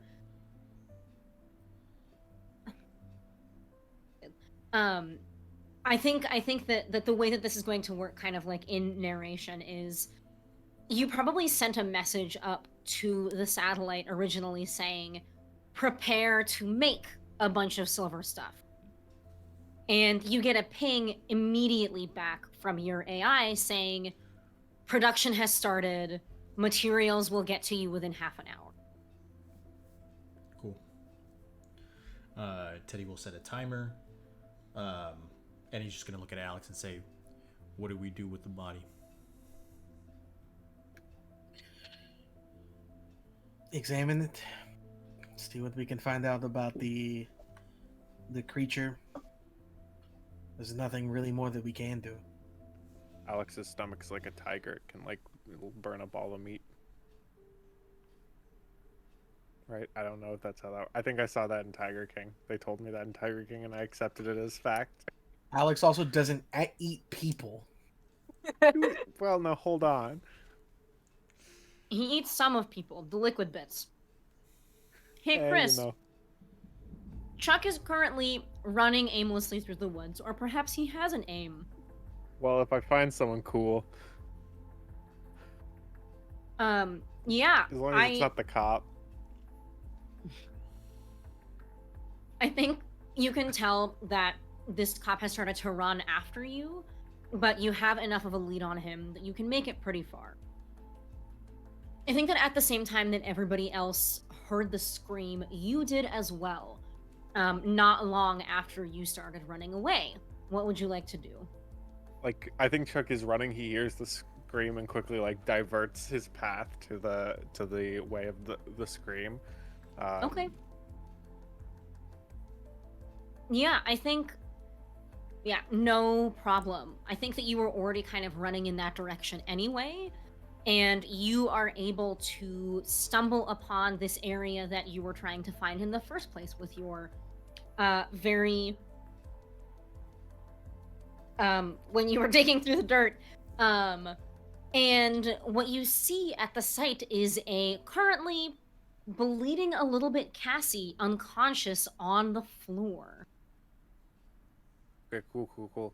I think Chuck runs up and kneels down. Is there anything else around? Is it just Cassie in this opening? It is Cassie in this opening. You can tell that there is a small note that is in her hand. Hermione or perhaps sticking out of her pocket, but you don't really see anything else. Okay, cool. I think Chuck's gonna go up and check on her to see if she's okay first.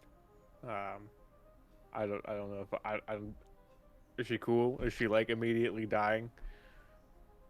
I And, like, will Chuck just needs to become a magician or I mean a medical professional. Why did I say magician? Mhm. They're like Medical basically the professionals same. work magic every day. People support How your does local science doctor's work? offices. I don't know, and at this point I'm too afraid to ask. You take a closer look at Cassie, and while she is unconscious and she has a scratch on the side of her head, she is still breathing. So she seems to be stable and okay. But again, kind of just like a floppy human sack right now. You. Floppy human sack. That's how you described one of the characters. That was Love you that guys. was my nickname in high school. Was it? Floppy Good. human sack? That seems like a mouthful. Chuck, what would you like to do? You have an unconscious Cassie on your hands. Cool. I think Chuck's going to. Is there a role that I can do like I can't do medical help. Like that is a move that Alex has. I don't have the ability to help someone medically. You have first aid. Do I? Everybody has what's called first aid. My thing is basically an advanced form of first aid, but like first aid, you can only do it once. Yeah, you can only do it one time, I think.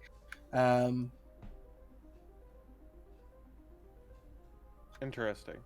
Yeah. Can I perform first aid? How do I do this? It's act under pressure. Okay. Cool, Nope. cool. Masha, I look at read you. the rules. Mm-hmm.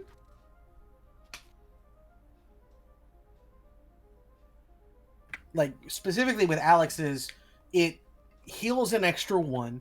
It has the ability to both stabilize and heal your wounds, and again, it can in fact stabilize you. Right. So it says that moderate wounds 1 to 3 harm will improve when your hunter has a chance to rest up or get some first aid treatment. This reduces an injury by 1 harm. First aid does not normally require a move. It's just regular practice. Hunter moves that provide healing may be used in addition to first aid. You can only benefit from first aid once per injury or condition.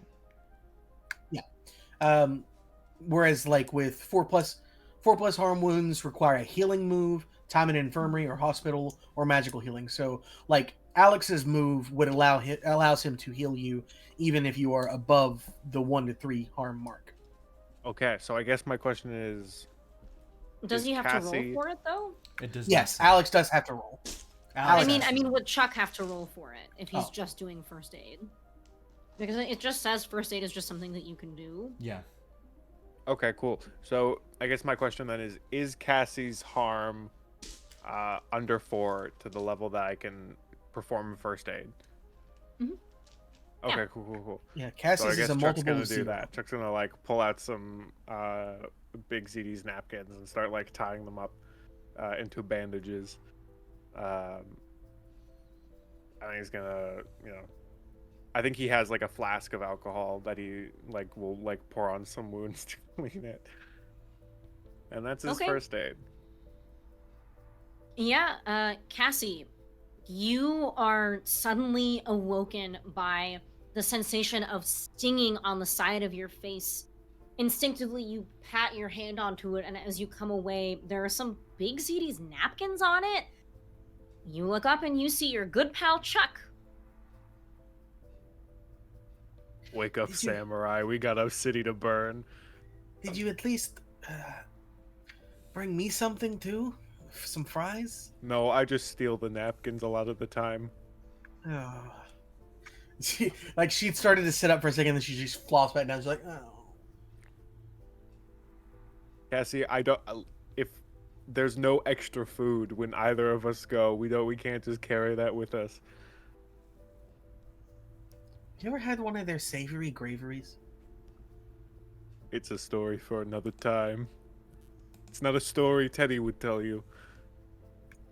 It is a dream of mine to the try. savory gravery. We'll have to eat one together, Chuck. And by one, I mean 2. Well, you have to wait till Thanksgiving. It's a Yes, I Thanksgiving know. special. I don't want to be that guy, but I'm not gonna make it to next Thanksgiving. Yes, you will. Okay.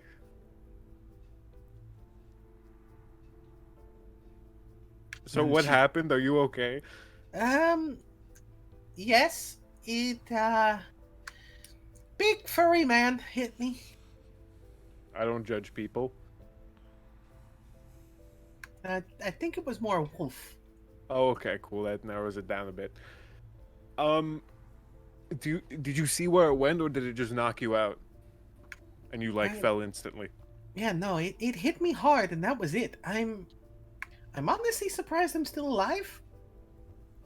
Okay. Cool. If the keeper will allow, I think I'm gonna investigate a mystery.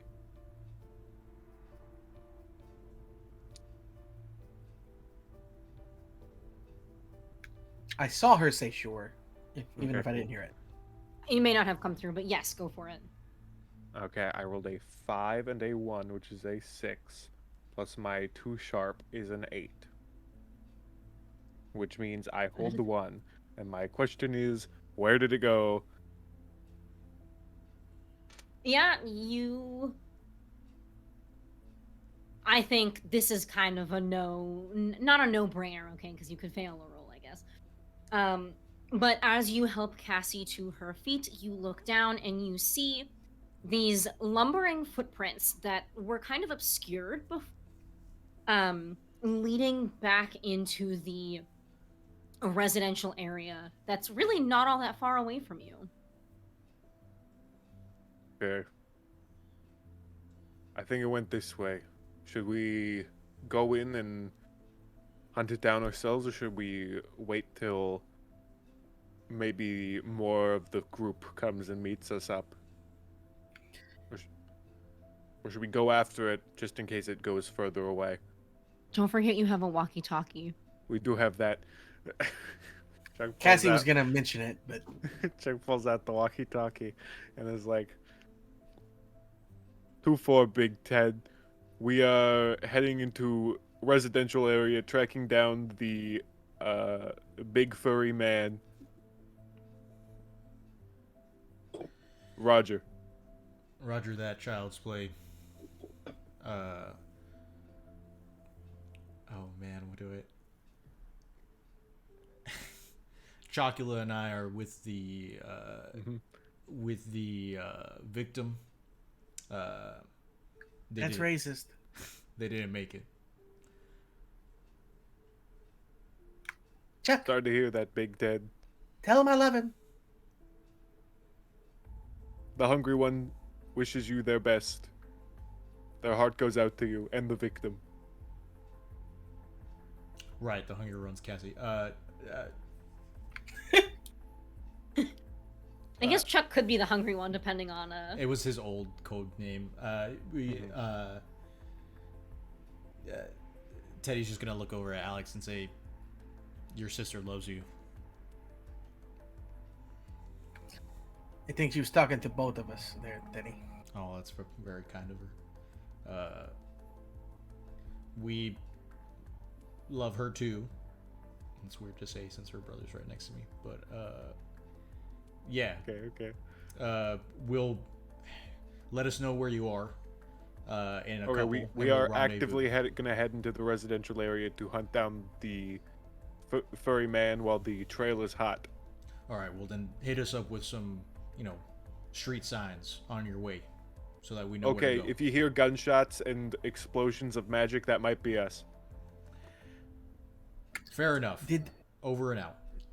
Did he say the residential? Yep.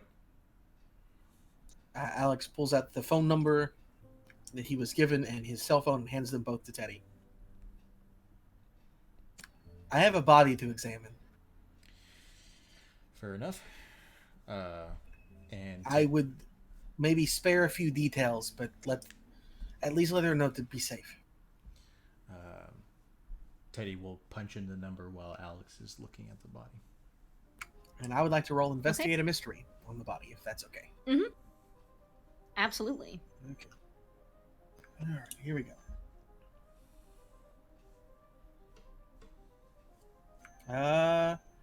That is 10 plus. That's sharp. 10. All right, you get a hold 2. Okay. What would you like to discover on this bade?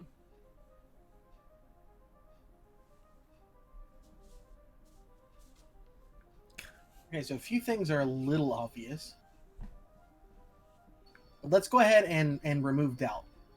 What sort of creature is it? Yeah. These slashes across the abdomen are... It was a werewolf that attacked this lady. Between those markings and the furry blob... This man, yes, you're right, my bad. And the furry creature that ran past you at a very quick speed.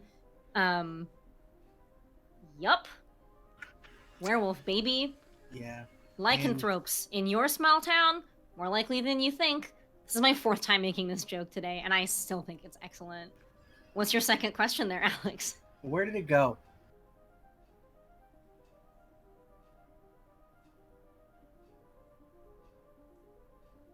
Because I think Alex is putting 2 and 2 together here. Mm-hmm.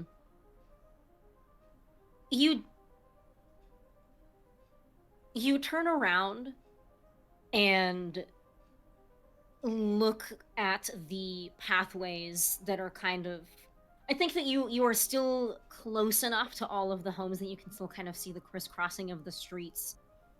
And based on what Shauna told you, you think the werewolf might be going to one of those homes, the address to which she gave you. Yeah. Hey, Daddy.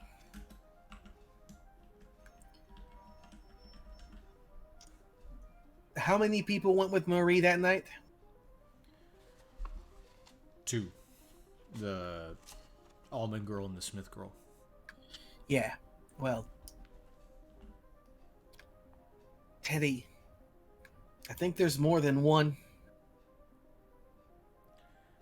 What? And I think... Shit. Yeah. I think that, I think our girls are, fans of Tumblr. Yeah. We need to get to town. As the phone has been ringing, has the mother picked up at all? Mrs. Shauna?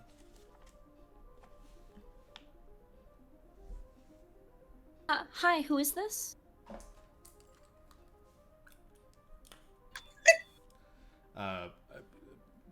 Shauna Burgess, this is Mr. Franklin. We spoke a little bit earlier with Alex. Yes. Hi. What can I do for you? Terribly sorry to disturb you. No, please. We just got word that we believe the animal is heading in the way of the residential area. So please stay indoors. If you could maybe call your neighbors and ask them to also stay indoors. Has your husband returned from work? Not yet. He should be pulling up any minute, though. Okay, maybe if you feel comfortable enough sending him a message or giving him a call. If he hasn't left work, maybe he should stay there. Otherwise, we're just trying to make sure that as many people are not outdoors at this time.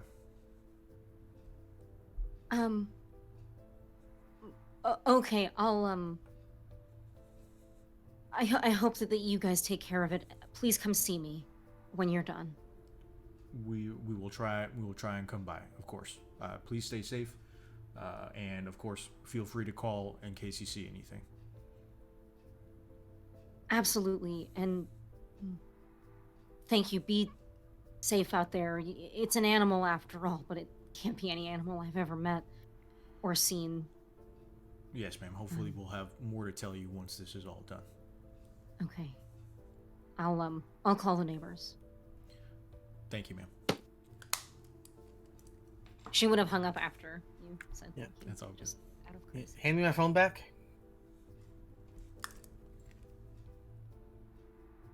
Update. There's an update. We gotta. All right. Wow. Beautiful. Were you gonna do anything with your phone, or was it just for the bit? It's just for the bit. Okay. Yeah. Solid. It's just for the bit. I've been waiting for the longest time to be able to do the phone bit, specifically just for the flip. Mm-hmm. Oh man. It was a very good bit. So, I think that it is at this point that Chuck and Cassie kind of come barreling through the woods, and nearly run past you before they see Teddy kind of pacing around and Alex leaning over the corpse of a man. The party's back together for the most part. Corpse of a Man, next Turntables RPG album coming out this October. What is a man? A corpse. The four of you are all together. Where's Apophis? I don't know. I thought Chuck turns to Cassie. Where did you both ran off together, right? No. I left and the Apophis was with you. Did you lose Apophis? No. I technically lost both of you. I thought you were with me. So, in all honesty, it was against my better, I would... It's No time for this. if there's anyone who can protect themselves from this werewolf, it's Apophis. We should go to where people need us specifically. Okay. Yes, Let's and go. as you are talking, you do hear a howl coming from deeper in this residential area. Move. I think we have a suspicion of who the werewolf is. There's still I like got no clues. Find this piece of paper. It's got names on it. Keeper. There's still like definitely more than 20 minutes left on the satellite, right? Like it has not been that long since I called it.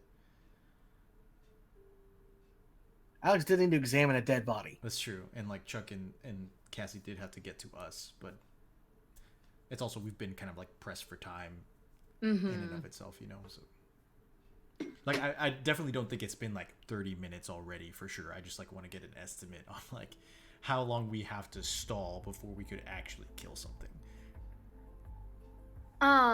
This is tricky. I know what I want to happen, and I was gonna make you roll for it. But if you roll for it and you fail, then it's bad. Because that's how this game works. If you want me to roll for it, I'm definitely willing to. Otherwise, you don't have to tell me anything. It can definitely be up to you. I just wanted to know, like, logistically, because Teddy would probably tell the group, how long they would have until these silvered weapons show up. But otherwise, I can just say that they're on their way. As Alex was looking at the body, you got a ping on your arm that said that the weapons have been, deployed, and that you should anticipate them soon. Your delivery is 8 stops away. See where it is. Yeah. You're gonna get a text with a picture of anyway. Yeah, I don't I guess that might depend on all of us when we have our own keeper moments of like what that looks like. I know that for Chuck's Mystery, I described just like the hand like shooting down. It could also be like a crate. I've had it to where like the actual the complete module comes down. But like either or is up to y'all.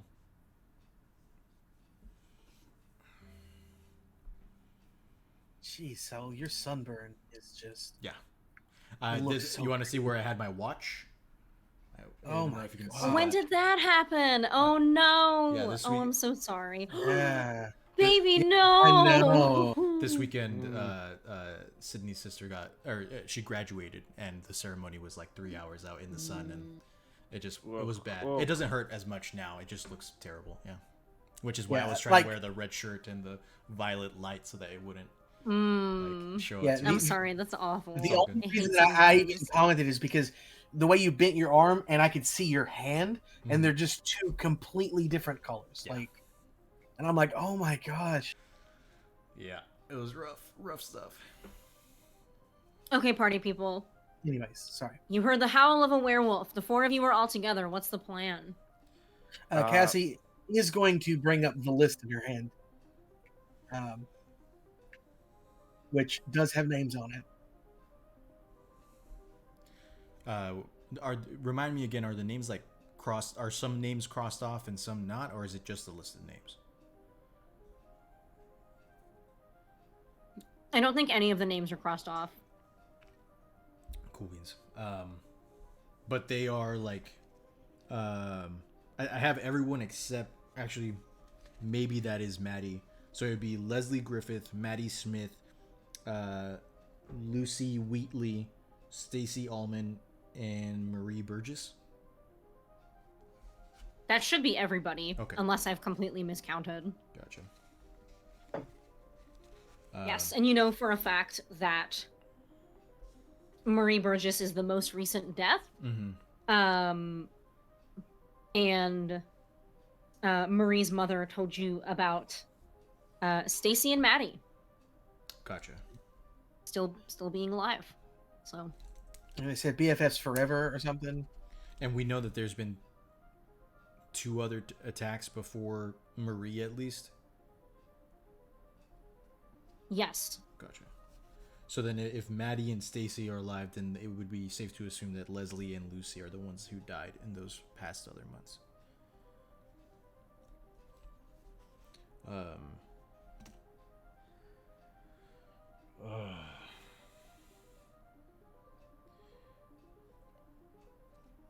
If Alex, if you're right, and both Maddie and Stacy are, and we've got a double wolf situation going on. It's a double event. I still wouldn't want to split up the group. It is one of 2 things. Either there are 2, or there's 1 target left. Right.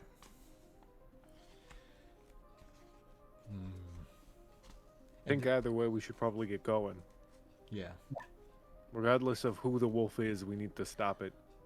I've got silvered supplies on the way, but it's tricky knowing the exact time they'll get here. Maybe they'll land on it. Maybe. Thank God I inlay all my boxes with silver. If something fell out of space on something, I don't think that it's going to matter if it's made of silver. You know, I actually read an article this week that was about like all the debris in space and stuff, and I was like, if Teddy's module was a real thing, like it'd be cleaning all that shit up, you know. But that'd be making silver bullets out of it all. Well, out of some of that stuff. You hear another howl, this time louder and more aggressive, and just a little bit further away. All right, okay, let's go. I'm gonna go. Teddy rushes. Same Yeah. Voice. Yeah, we can't really do anything for the body, so. See you later, alligator. Okay, and we will all boogie on out. Okay. Are you just like running towards the howl? Yes. Okay, solid. Just because I don't know what boogie on out means. You know what I mean? A boogie on out is whatever you wanted to mean. That's well, exactly. You have to specify. We're going to dance our way there. We're gonna dance Just, our way like, to victory. You know, do a little bit of this, a little bit of like Cabbage Patch. Well, macro. I'm done. I'm done. So the 4 of you take off running towards the sound of this howl. Pardon. And as you go, there is a flash of light that pops up behind you, Alex, I would say. And whoever turns around would see Anne and Apophis in a tight hug, Anne with tears in her eyes, whispering something to Apophis. She turns to those of you and somewhat quietly says, but loud enough for the rest of you to hear,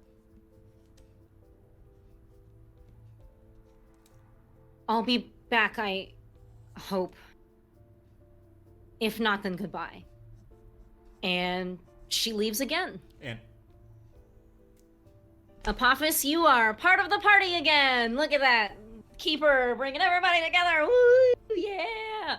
Kind of love act for that one. So, all 5 of you now, Apophis, who has been dropped in the middle of town when everybody is running. Are you doing anything in particular now that you've been dropped off here? I imagine if Anne was crying, Apophis was also crying, so Apophis is first going to wipe away tears. Okay. Have we run up to Apophis, or are they still?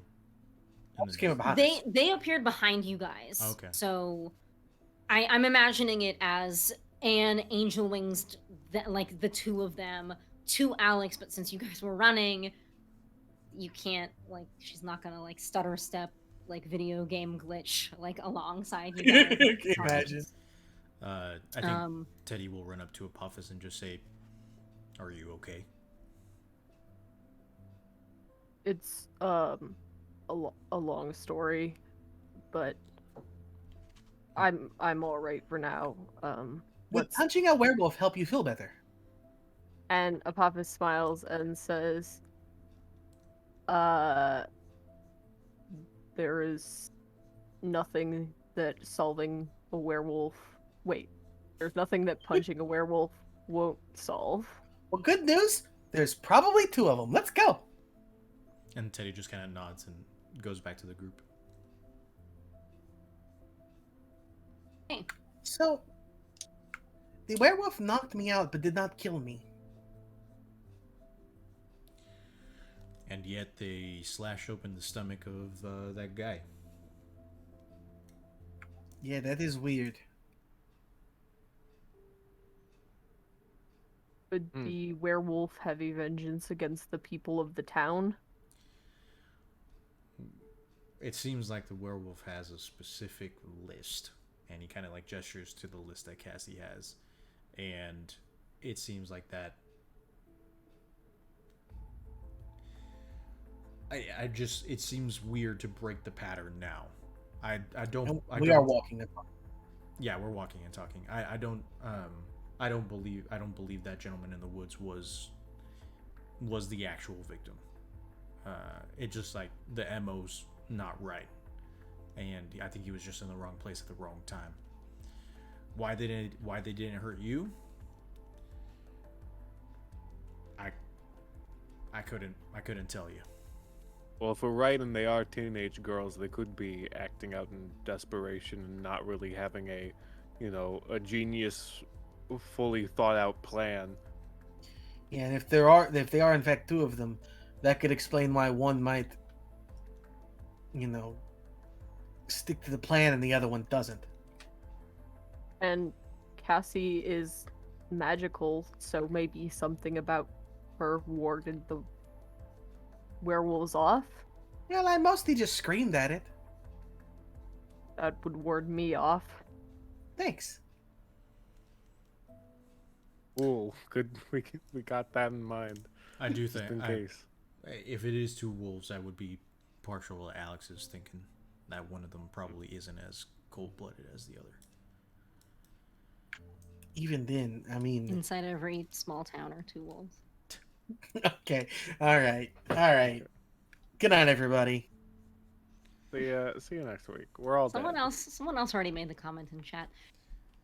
It is at this point that the now 5 of you, having kind of walked through this town, kind of keeping track of where the noises are coming from, come upon the house at the end of a cul-de-sac whose door has been ripped off of its hinges. Great.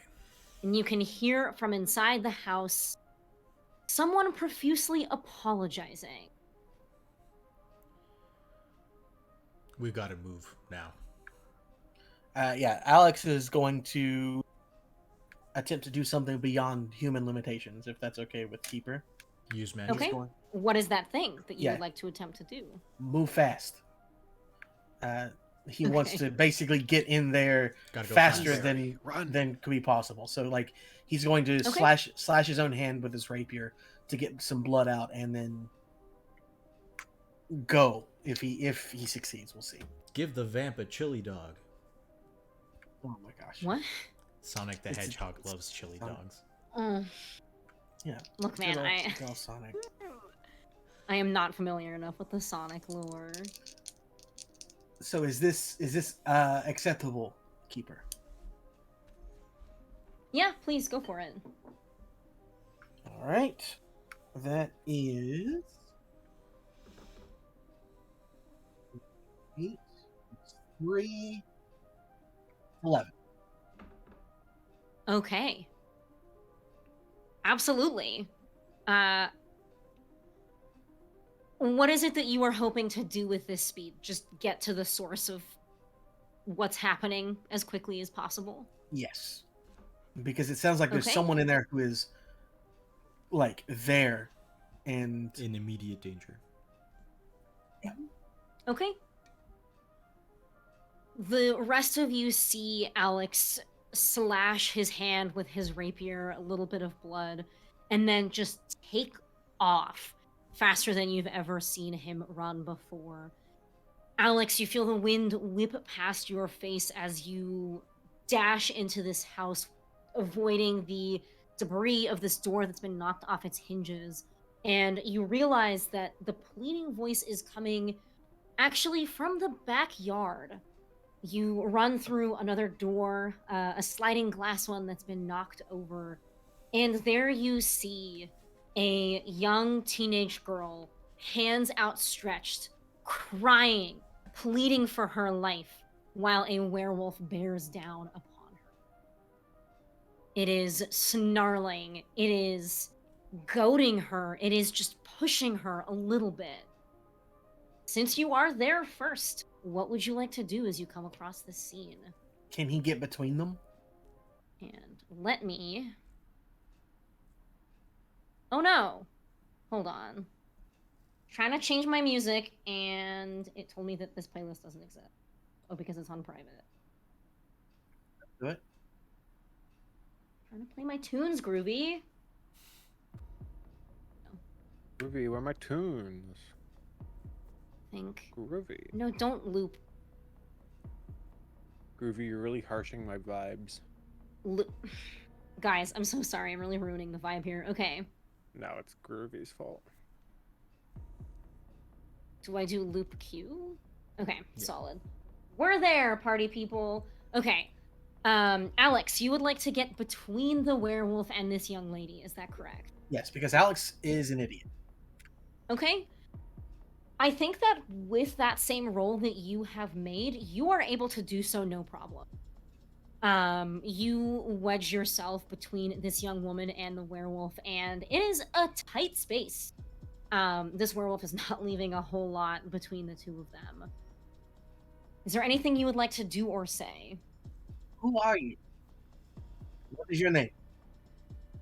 Who are you talking to? Yes. He okay. knows, yeah, he doesn't care which one responds. Got it. Your response is twofold. The young woman who is behind you says, I'm Stacy. What the fuck? Who are you? And the werewolf in front of you goes, yeah. What a vibe. We're away with words. Stacy, what was the other one's name? Maddie Smith was the other one. Maddie?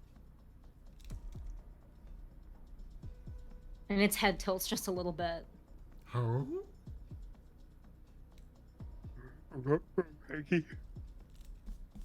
You are Maddie, yes?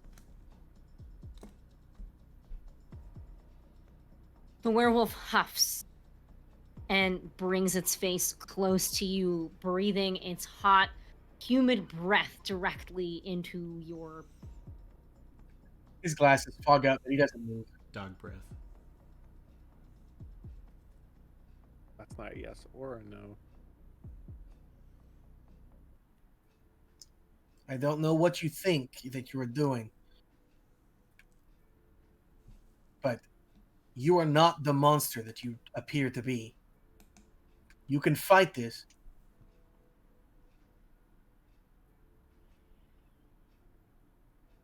The werewolf huffs. I guess I can call her Maddie now. Maddie huffs at you and takes a bite out of your shoulder. You are going to take 1 harm. Alex doesn't even flinch. Like, he's just like, that's cute. And he is going to. All right, she's made this decision. He's going to remove his mask and take a bite out of her shoulder. Okay. Wow. Is that an attack or is that your feed move? They're the same thing. Oh, okay. Yeah, technically, he doesn't have the teeth one. His is life drain, but that's right. Yeah, I flare it as the thing. So like, it's not as savage as a werewolf's bite, but it's more pointy, I guess. Okay. There's a purpose to it, but it is. And you have to roll. Yes, so go ahead and roll for it. Yeah.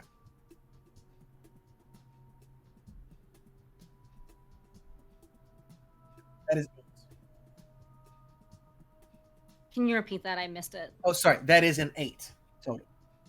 Okay. Is there something special that happens with life drain on a mixed success? No. It just does. I mean, it's 2 harm is all. Okay. I realize I have to actually keep track of the damage counter now. I have no pencil. Pen it is. Okay. Yeah, you know what they say. No, that doesn't work. Alex, you take a bite out of this werewolf as it takes a bite out of you. It lets out a little whimper, but with that, it just bites down a little bit harder. You are going to take 2 points of harm for that. Apophis, Cassie, Chuck, and Teddy, it is at this point that the 4 of you come upon this scene with Alex and a werewolf in a somewhat strangely intimate embrace, each one biting the other. And there is a young woman on her butt in the grass, just trying to scuttle away from what's happening. I think as Chuck walks up and sees this vampire and this werewolf nomming on each other, I think Chuck's going to be like, I don't remember if this is how Twilight ended. Teddy's going to go over to Stacy and like help her up and attempt to get her out of there. Just saying like, all right, miss, let's get out of here. Okay. I think it's going to be an act under pressure roll. You have to get really close to this werewolf to pick up this young lady and get her out of harm's way. Okay. Wait, no it wouldn't be. It would be fucking protect someone, you moron. Nah, it would be act under pressure. Yeah. Okay. So that is 4, 3, 7 with a 1 for cool, so 8. Okay. I'm going to give you a worst outcome, hard choice, or price to pay. Here are your options. You are going to get to Maddie and be able to help her get to safety. Stacy. I give them like rhyming names. But a couple of things will potentially happen. Price to pay. The werewolf will see you doing this and take a swing at you. Worst outcome. In fleeing, the werewolf is going to take a swipe at Stacy. Worst outcome. I think Stacy is going to be so in shock that she's going to get up and run away, but she's not going to leave the yard. She's going to kind of trap herself in a corner.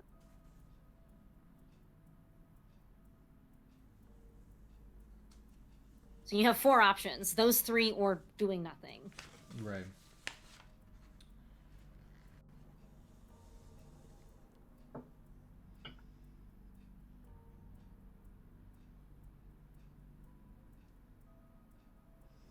So Teddy can take the swipe, but he can get Stacy away?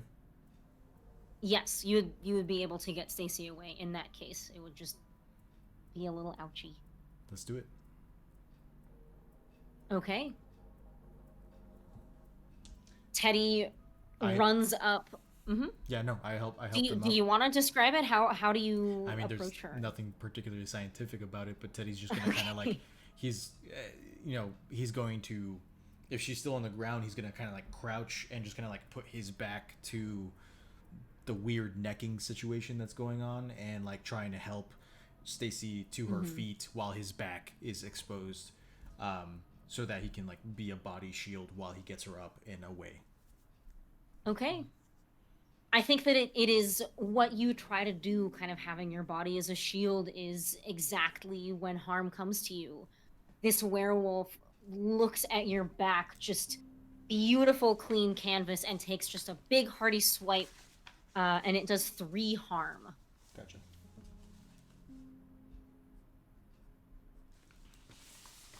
Teddy cries out in pain, but bleeding, he will get Stacy at least back towards the house, like behind all the rest of us, if that makes any sense. Okay.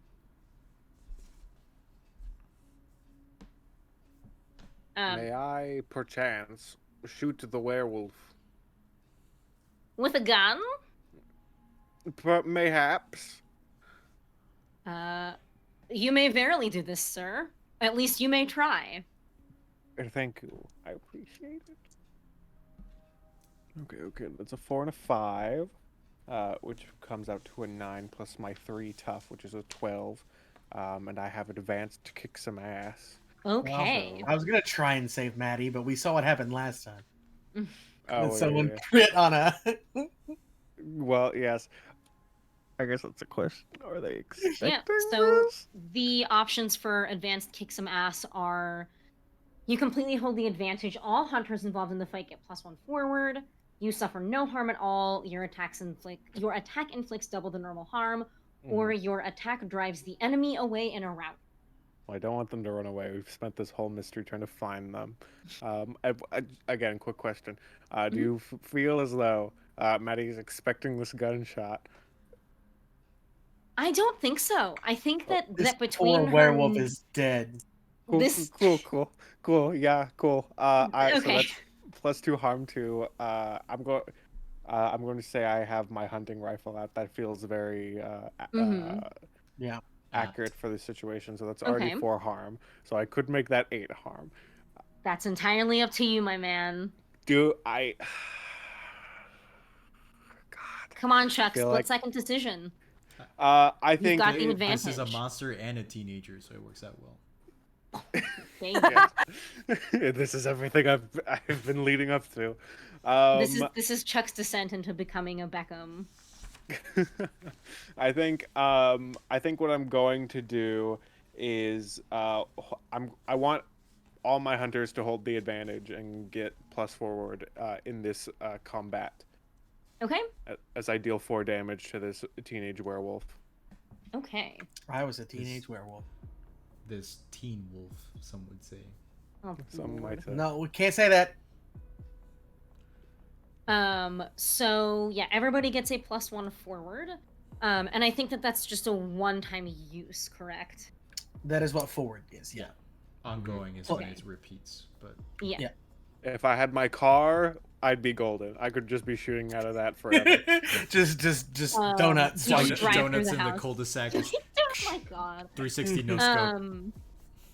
And just also for your knowledge, continuous drive-by. Chris, Chuck would also get +1 in that case because it says all hunters. So all 5 of you have a +1 forward. I will try to keep track of when you guys use them, but it be like that sometimes. It's just on our next roll, whenever cool. that is. Yeah. Cassie and Apophis, you are both witnessing just kind of like the weirdest fucking scene ever. Alex and this werewolf are in a tight embrace. It gets a slash off at Teddy. Chuck shoots it. Vibes, man. They're really going on. What would you like to do? I think Apophis is going to try and do something very uncharacteristic of Apophis. Okay. And try and talk to Maddie and say, we outnumber you, and you have caused enough damage already. You've killed all of your friends, and but it's not too late. I need you to let go of Alex, and I need you to listen to us. And Apophis is going to flip off the like disguise and say, I am a monster as well, but being your physical form doesn't have to define your actions. And he is trying to manipulate someone. Because Apophis has the move Freakish, which means that I can use manipulate someone on monsters that can reason and talk, but they always want something really bad. So I don't know if this counts. Go for it. Okay. And don't forget your +1 from Chuck's. I am going to moves need it probably. Oh, that's a 9 + 1 is 10. Okay. And is it the same effectively as it's just manipulate someone, correct? It's just manipulate someone, but I can use it on monsters, which normal people can't. Okay. Yeah, and on a 10+, they'll do it for the reason you give them. If you ask too much, they'll tell you the minimum it would take for them to do it if there's no way they'd do it. This werewolf takes a beat, and its ears perk up as you speak. It lets go of Alex's shoulder with this sickening noise and cocks its head towards you, Apophis. It makes a sound like the clearing of a throat. And then it says,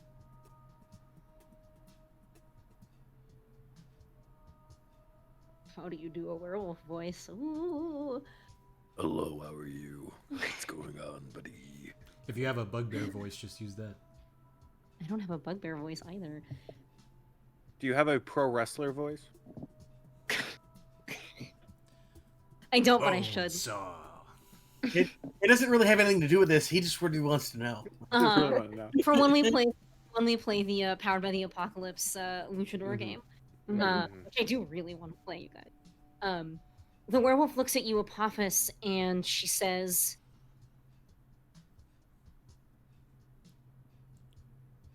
Okay. I relate to this so hard.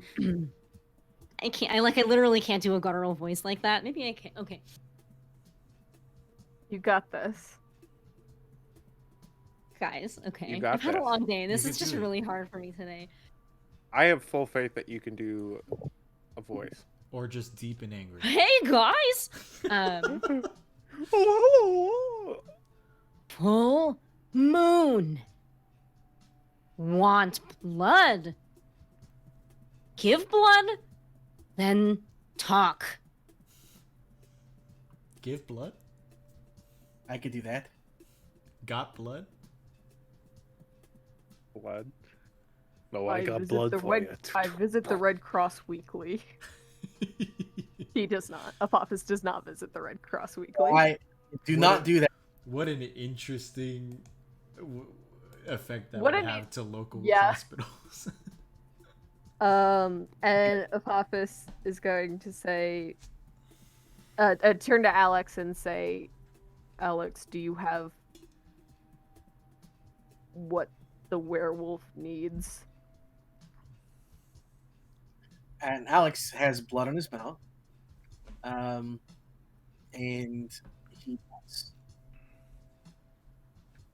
he again tries to draw attention to himself. His whole point of biting the werewolf was, in essence, the same as what Apophis could get by just turning off their thing. Is you're not the only monster here. And yeah, Alex is going to reach into his medic's pack and pull out a couple of blood bags. He's I willing. hope that's refrigerated in there. Coagulated at this point. Coagulated is such a fun word. Coagulated. Feels like a little, you know. And you said that you kind of like hold it out to the werewolf? Yep. Okay. She cocks her head once more and lets out a chuckle. Oh. Ask, receive. Blood for me. His voice is just getting wackier. And you two are really not that far apart right now. She shoves you to the ground, Alex, or just shoves you away, and takes these blood packs out of your hands, punctures them almost delicately with her sharpest canine tooth, and swallows all of the blood. She then sits down, closes her eyes, and immediately falls asleep. Well, that was anticlimactic. Yeah, this kind of ended a lot calmer than it usually does. It should have been Cassie's voice that said that. Yeah, usually we cause a lot more collateral than this.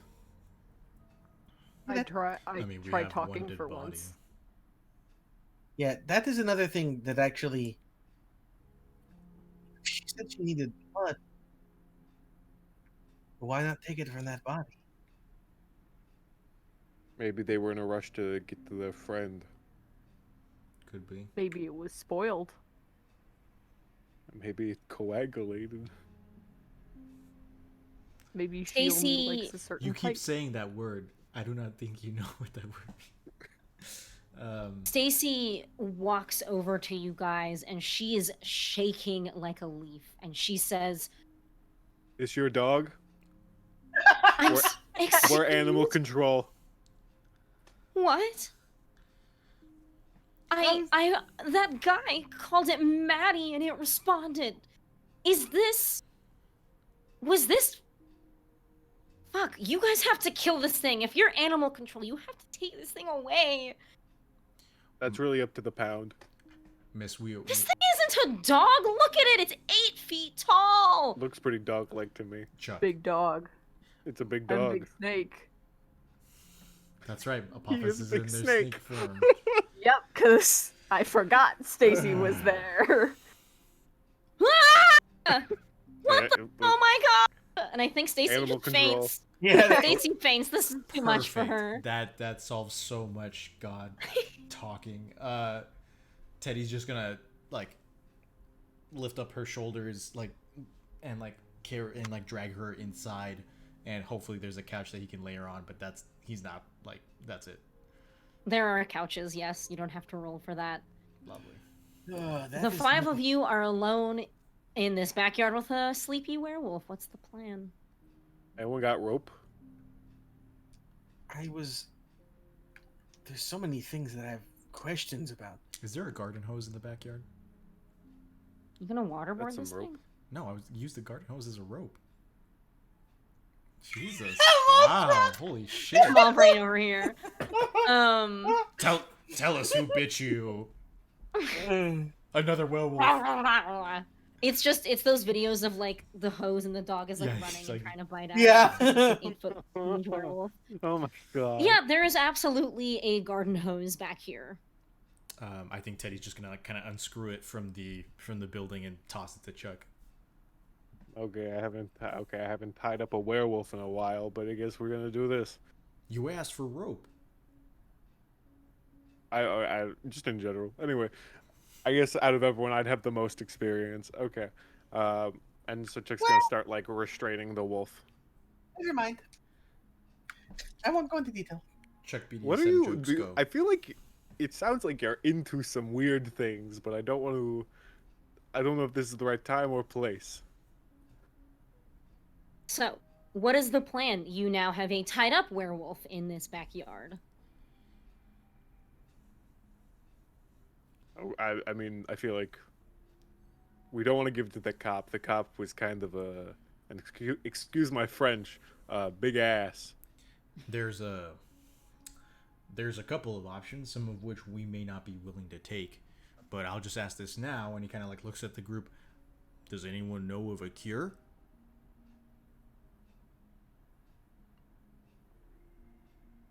I don't. Everybody looks at Alex. He just looks sad. I don't have a cure for lycanthropy. I don't. You got it. Mm-hmm. Then we need something needs to happen so that she doesn't do it again.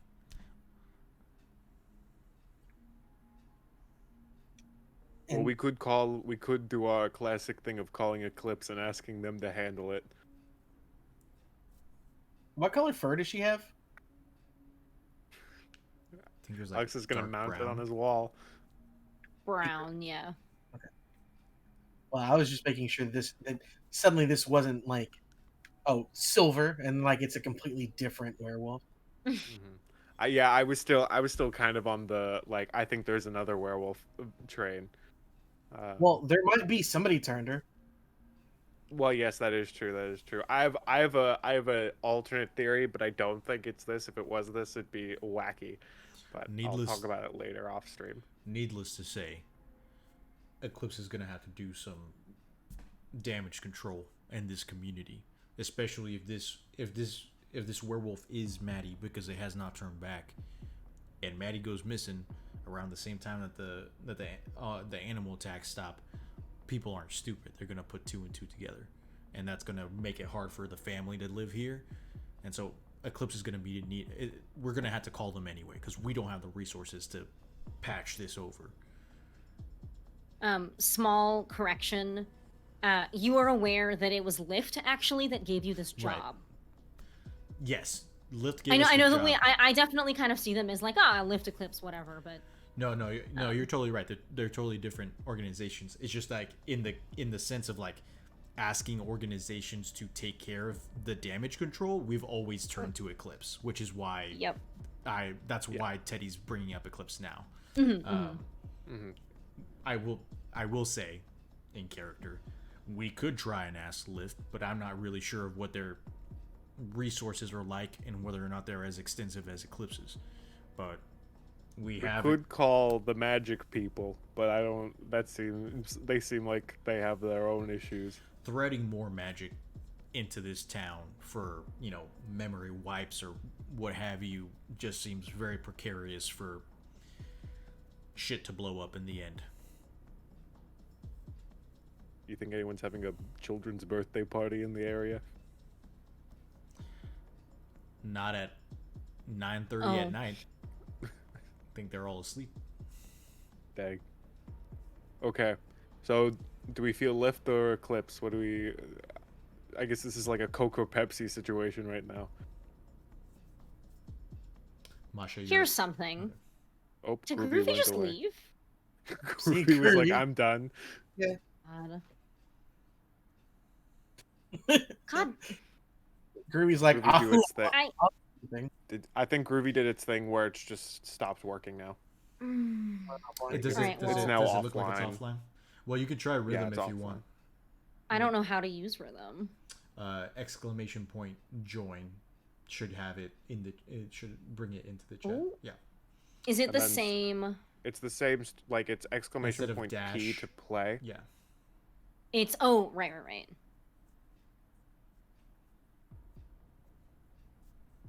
Oh wait, nope. Well, Groovy's back now. This is a mess. Okay. Groovy. I hate Groovy. I'm guys. trying to set something up here, Groovy. You are killing the vibe. Groovy's like, heard you was trying to replace me. Okay. Maybe we just need to be nice to Groovy, and they won't need Hey, No. bitch, I they live. won't feel the need to leave and like have to come back because of attachment issues. Okay. As the... Oh my god, excuse me. As the... How many of you are there? As the 5 of you are discussing, Alex, your phone rings in your pocket. I'll answer it. 2 guesses who.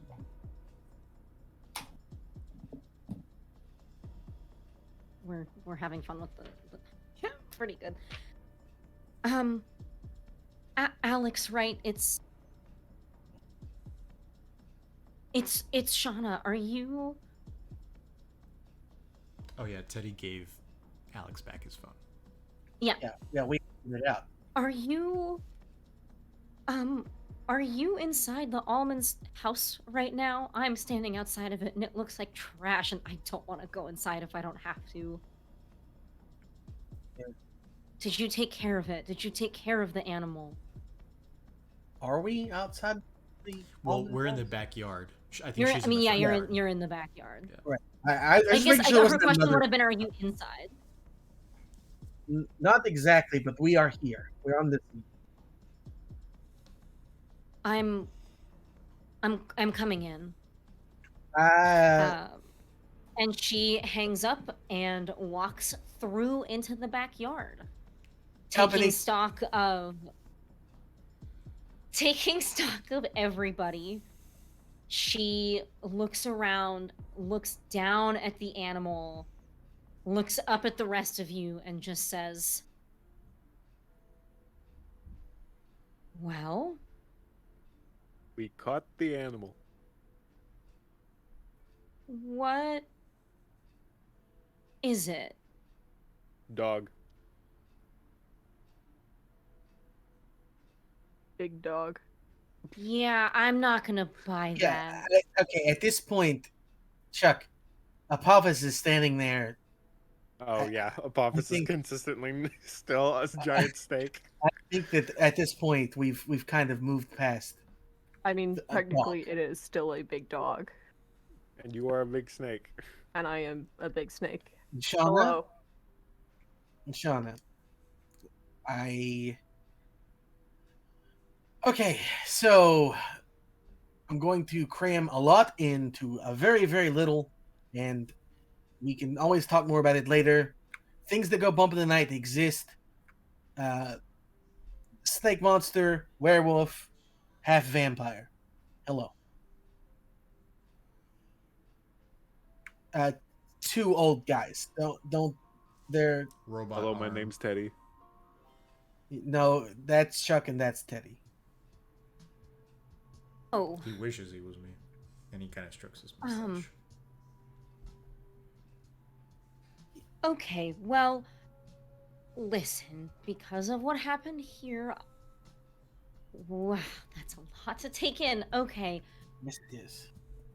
Oh, also that's his sister How- who came back from the dead, and she has magical powers.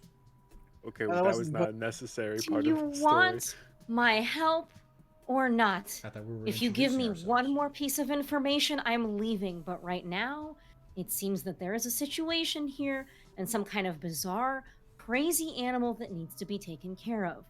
Now, I've watched my fair share of movies. This thing is a werewolf. Does that mean tomorrow morning it's just gonna be a person again? Well, maybe. Yes. Probably. Unless it's an anomaly, that's usually how these things go. Okay, I can't believe I'm about to say this, but in my backyard, I have a shed. It is a very, very strong shed. If you guys want to, you can put that thing in there overnight. I won't touch it, and my husband won't touch it. You all can go to sleep. We'll deal with this tomorrow. I imagine having a 13-year-old girl in your shed is probably not a good look. We did not mention that it was a 13-year-old girl. That is also something to keep in mind. Do you know who this is? We have a theories. suspicion, yes.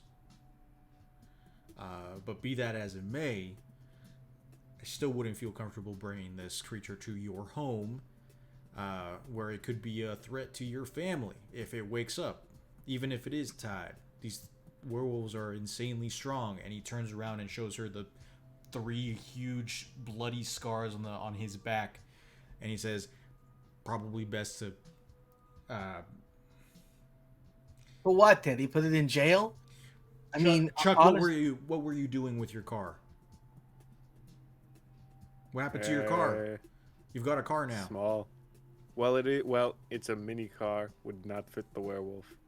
I'll go get it. It's in the woods. I'll go get it at some point. And I'm sure the sheriff has a cell if he needed it. I'm surprised that you would want to go ahead with your plan, Alex. It puts a lot of innocents in danger. The sheriff at least has he 99%, 105% has a gun. yes. The sheriff He does have a is gun. my biggest fan, and I can confirm he has a gun. He has tried to arrest me. He tried to shoot and kill me.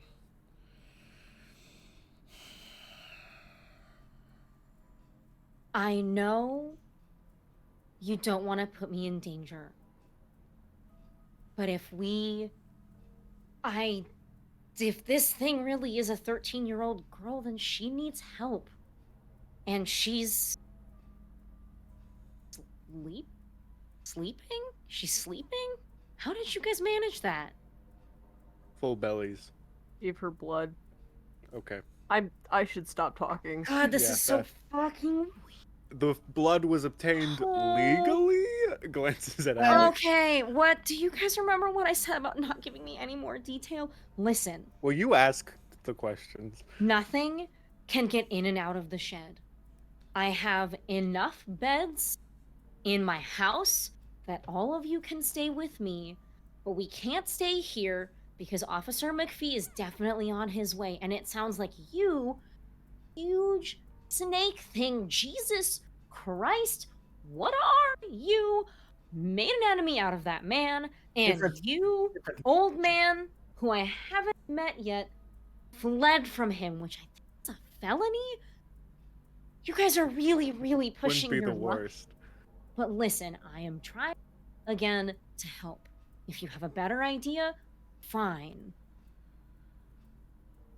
Now, if I can finish what I was going to say. Okay. I'm sleeping in the shed, too. No, you're not. Apavis and I both stay in the shed. Or we could Why just don't we take just stay watch outside the shed? I mean, yes, I didn't. I said inside, but I did mean, in fact, outside the shed. Yeah, Right. Great. Inside the shed we are seems of accord. unnecessary. Yes, Yes. Mrs. Burgess, thank you for your offer.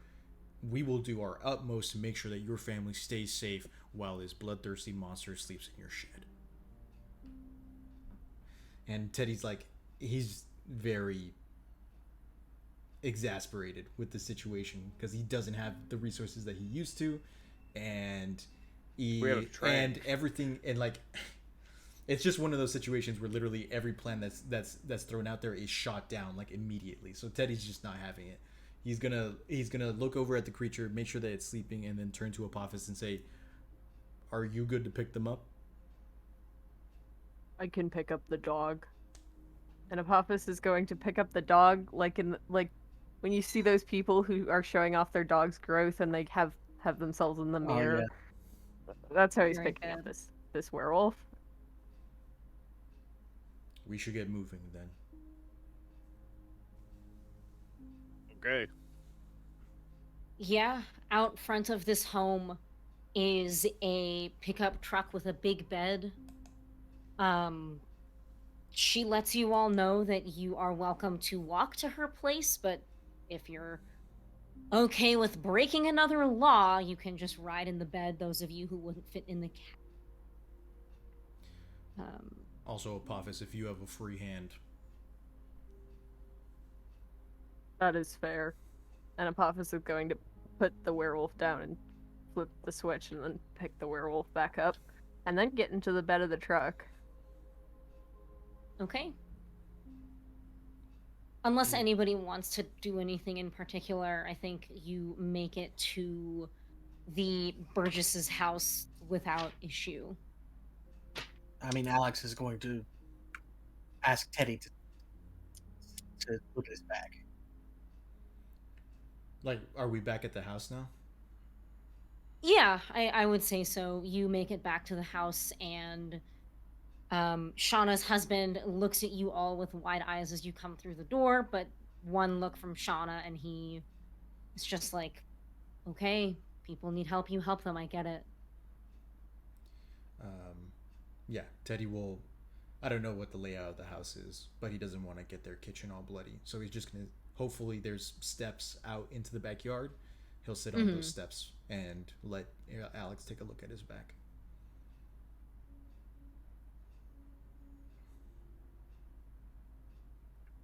She's me, Teddy. He's going to talk to him while he's doing the surgery. Like, I can roll now, or I can roll after the role play. It's up to you. Keeper. Why don't you roll now? So there's no interruption. That's 8. Hang on one moment here while I... On a 7 and 9, choose 1. Heal 2 harm or stabilize the injury. Is Teddy unstable? Mm-mm. Then heal 2 harm. Nope. Okay. I know, Alex, which is why I didn't say that one of the options was put a silver bullet through her. I understand. I never wanted loss of life on these missions, even if it was a monster. If there was a way to save them, great. If not, that's when the hard choices have to be made. But that's how Chuck and I always ran things. Obviously, it's different now. Okay? Being with you and Apophis and Anne and Cassie and everything that's happened to us, of course it's different. I was never going to try and suggest that we actively pursue this young girl's death. Now, in self-defense, the worst could happen. And I would not be able to live with myself if I didn't allow each and every one of you to have the tools to protect yourself, which is why I ordered the silver weapons.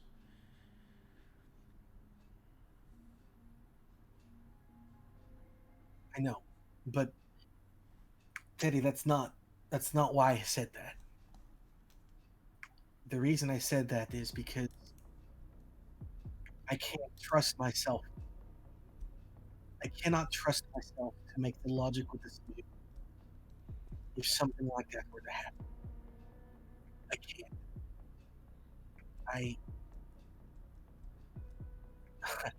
You already pointed it out. I was willing to put Shauna in danger without a second thought because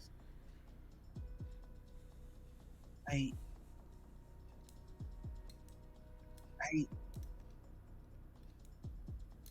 don't know. Alex, just because you're quick on the draw doesn't mean that you're misguided. I wish in the moment split decisions like those are important. They were important. If we had drawn it out with a discussion, it would have taken forever and we would be, who knows where we would be or where McPhee would be. But the fact of the matter is, there weren't many options available to us. I may not feel comfortable with the idea, but I'm not going to go against the group. And I want to make sure that we protect as many lives as we can. And if we're going to take watch, then that's all that we can do. And he kind of like bounces his heels a little bit, and he looks up at Alex and he says, if I had old text, this wouldn't be a problem, and it's just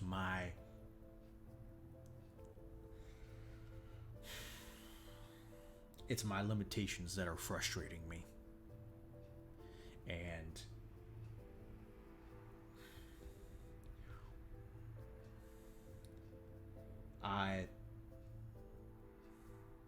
I trust you. Even more so now. I trust you to make those choices. There's going to be a time where you might be by yourself, or hell, some of us won't be there, and you're going to have to make those calls. And honest to goodness, and he kind of like holds up and like painfully like raises his arm to cover Alex's, to stop him for a moment from dressing the wounds, and he says, honest to God, I trust you to make those calls even when we are gone.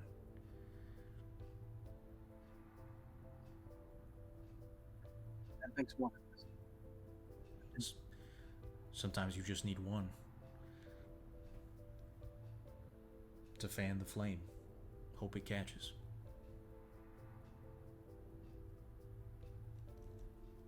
You sound like a cowboy. I try. And he like turns back so that Alex can continue dressing. And one more thing. Yeah. You don't need an ex to be one of the most valuable members of this team.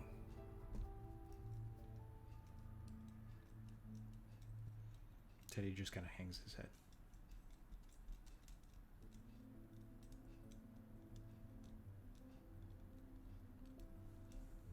He doesn't say anything. He just hangs his head. And then Alex just goes about dressing wounds and cleaning up and all that stuff. Apophis, Shauna leads you through the side door and shows you to the shed where you can put the werewolf up for the night. It is strangely very strong, but it's not unusual for people here to have very sturdy architecture to protect their livestock, and it seems like the folks here never really adopted any. Chuck, you are enlisted to help get all of the beds and things set up, while everybody else is kind of going about their business. This toddler that you actually haven't met the toddler before, but there is a little toddler there kind of hobbling around behind you, calling out about the hat that you have and asking you if he could wear it. But I think the rest of the night kind of goes without incident. You are treated to a very nice big spaghetti dinner by the Burgess family, and you are all kind of pointed to different couches and pull-out beds and things around the home where you are welcome to kind of nestle in for a night's of rest. And I think, Alex, you said you were actually sleeping outside the shed, correct? Yeah. So I does also- Apophis. Yeah, he Okay. he kind of voluntold Apophis. Okay. Like, Apophis was going to anyway. yeah. I also want to point out that she just found out that all of this stuff, including Alex's vampirism, and she serves them garlic. Oh my god. I never said there was garlic in the sauce. Her eyes just keep shifting over to Alex. Like, Any is it good true? spaghetti should. He Yeah. doesn't. If yeah, but it's anything, lady. she trusts Alex more than anyone else in the group, but I don't think that Fair. she... I think it's one of those awkward moments where she's like, oh no, there's garlic in it, is that okay? Is that okay? Is that bad? He doesn't eat Uh, it, so. Like, he doesn't eat anyway. That's... I imagine- God, you're right. Chuck All says that right. as he takes Alex's plate. Yeah. Well, he would have if Cassie wasn't already. Yeah. Dang it. Yeah. Dang. I'm sorry, Chuck. Listen, she's faster on the draw. She's young. She's hip. No, that's a little. No, Yeah. how dare you say that to me? How dare you say someone is faster on the draw to me? Yeah, true. I imagine that as Apophis is Shauna is like taking Apophis back to the shed, Apophis is just like giving her a bunch of facts about stuff she doesn't want to hear about.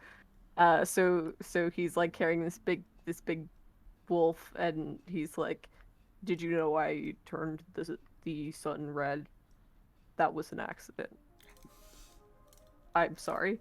I Jesus also Christ. am the god of chaos."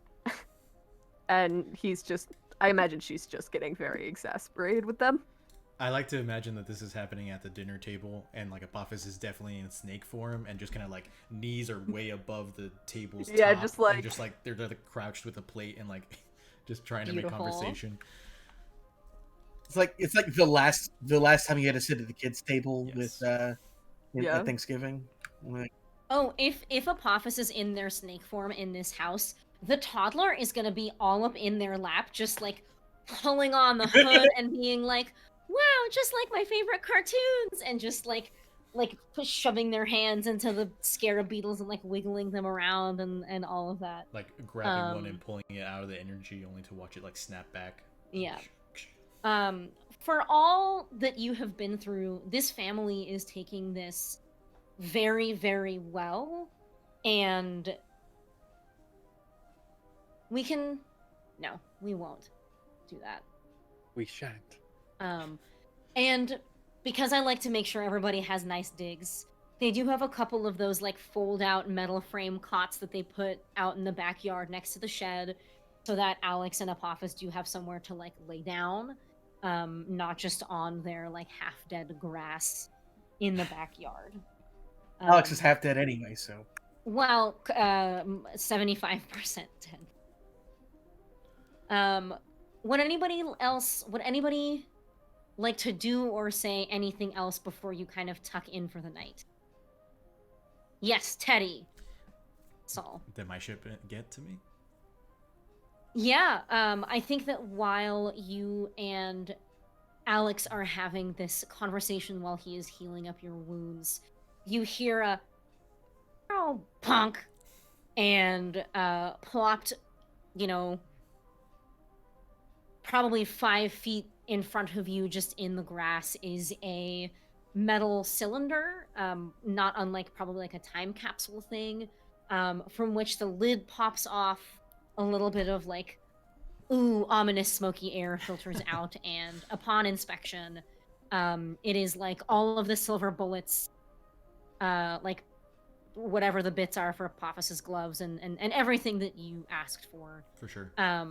It's definitely 2 bandoliers of silver bullets, and then maybe like 1 more case of silver bullets, and a kind of like a silver, it's almost kind of like a liquid silver almost inside of like a vial, and For drinking. Very good. well, for Alex to coat his rapier with, and then the 4, or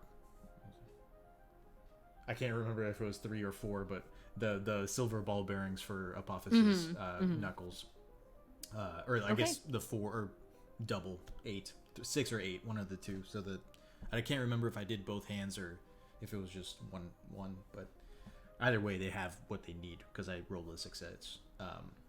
Yeah. Okay. I like to think that Shauna was just leaning her head out to tell them that dinner was ready when this thing just crashes down from space into her backyard and opens up like a alien pod, just to make her not even weirder. She's definitely in, you can tell more than anything, kind of a state of shock. And so she is in like hospitality mode, right? Like making food for everybody, making sure everybody's comfortable, like here's the bathroom, you can use these towels, like whatever. But like, and when Apophis is giving her all of these details she doesn't want to hear, she's just like, wow, that's very interesting. Chaos, got it. Red sun, okay. Red sun means red moon. Got it. And she, you know, she's kind of like eyes glazed over. You can tell that she's listening, but maybe not processing everything that she's being told. Teddy, if she sees the capsule and and Teddy and Alex see her like seeing the capsule, I think Teddy would just kind of turn to her and say, "Do you know if your district takes space metals for recycling?" We can give the county a call in the morning. Sounds good. And he's just gonna like continue taking out all these weapons and like silvered things out of the casing. All right. Anything else? Okay. Chuck's just sort of hanging out. He's got nothing to add. That's fine. Okay. The 5 of you lay your weary heads to rest. Apophis and Alex kind of keeping watch outside of this locked shed in the backyard of the Burgess family home. Chuck, Teddy, and Cassie upstairs in this house. I decided that all of these homes were first story. In various guest rooms in this house, complete with cushy pillows, soft blankets, very, very cozy. You all notice that you have some bizarre dreams. Each of you kind of reliving a couple of the events of the day before. Just, you know, maybe the awkward interaction with Officer McPhee, or the urge to drink blood, or ordering special materials from your beautiful creation thing in the sky. But all in all, the night is uneventful. And all of you wake up kind of at dawn, the light shining on your faces. And you smell just a delicious spread of eggs, bacon. You can tell there's hash browns, toast, waffles, the sweet smell of cut melon. And it's strange because when you open your eyes, you're in those beds at the hunting lodge. You walk downstairs, and there to meet you is the mayor. She reaches out her hand and she says, "Wait. Mighty fine to meet you. You can't do My this. name is Louise, and I'm the mayor here. Please stop." I know that we met last night. We didn't really get a chance to speak. What's your name?" And that is where we are going to end our mystery for the night. I'm sorry, what? Sorry, excuse me? Oh my gosh. We've been Groundhog Too Day? peaceful of a night. I was like, something's gonna happen in the morning. Yeah. I guess this is the end. I guess this is it. We'll see you next week for the finale. Yeah, we just got 12th out or 11th houred. Like, Time to get the DeLorean ready. We gotta. Oh my god! Wait! Oh my god! yeah, This when is you so said weird. something about like us having weird flashbacks, I'm like, something's about to go down. Fuck. At least my car's okay. Chuck runs off immediately into the forest to find his car. Oh, Jesus. Why don't we do end of session questions? Okay. Okay. Does it matter if everything's been retroactively changed? We remember everything, right? yeah, we still learned and developed. Did we keep her, or did we also forget everything? We going endless dates on here? Oh, God. Oh my god. Tune in next week. Okay. We have to. Did we conclude the current mystery? No. Did we save someone from certain death or worse? Maybe? We technically In this saved timeline. that version of that girl. Yeah. Yeah, I don't know how to answer these questions. No, Did we we're still learn starting a something mystery. new and important about the world? I don't know anymore. Not really, I guess. I mean, kind of, in the sense that we've just learned that we're in a time loop. Hate time travel. Well, I'm sorry. I Did we actually learn hate time something new travel. and important about one of the hunters? No.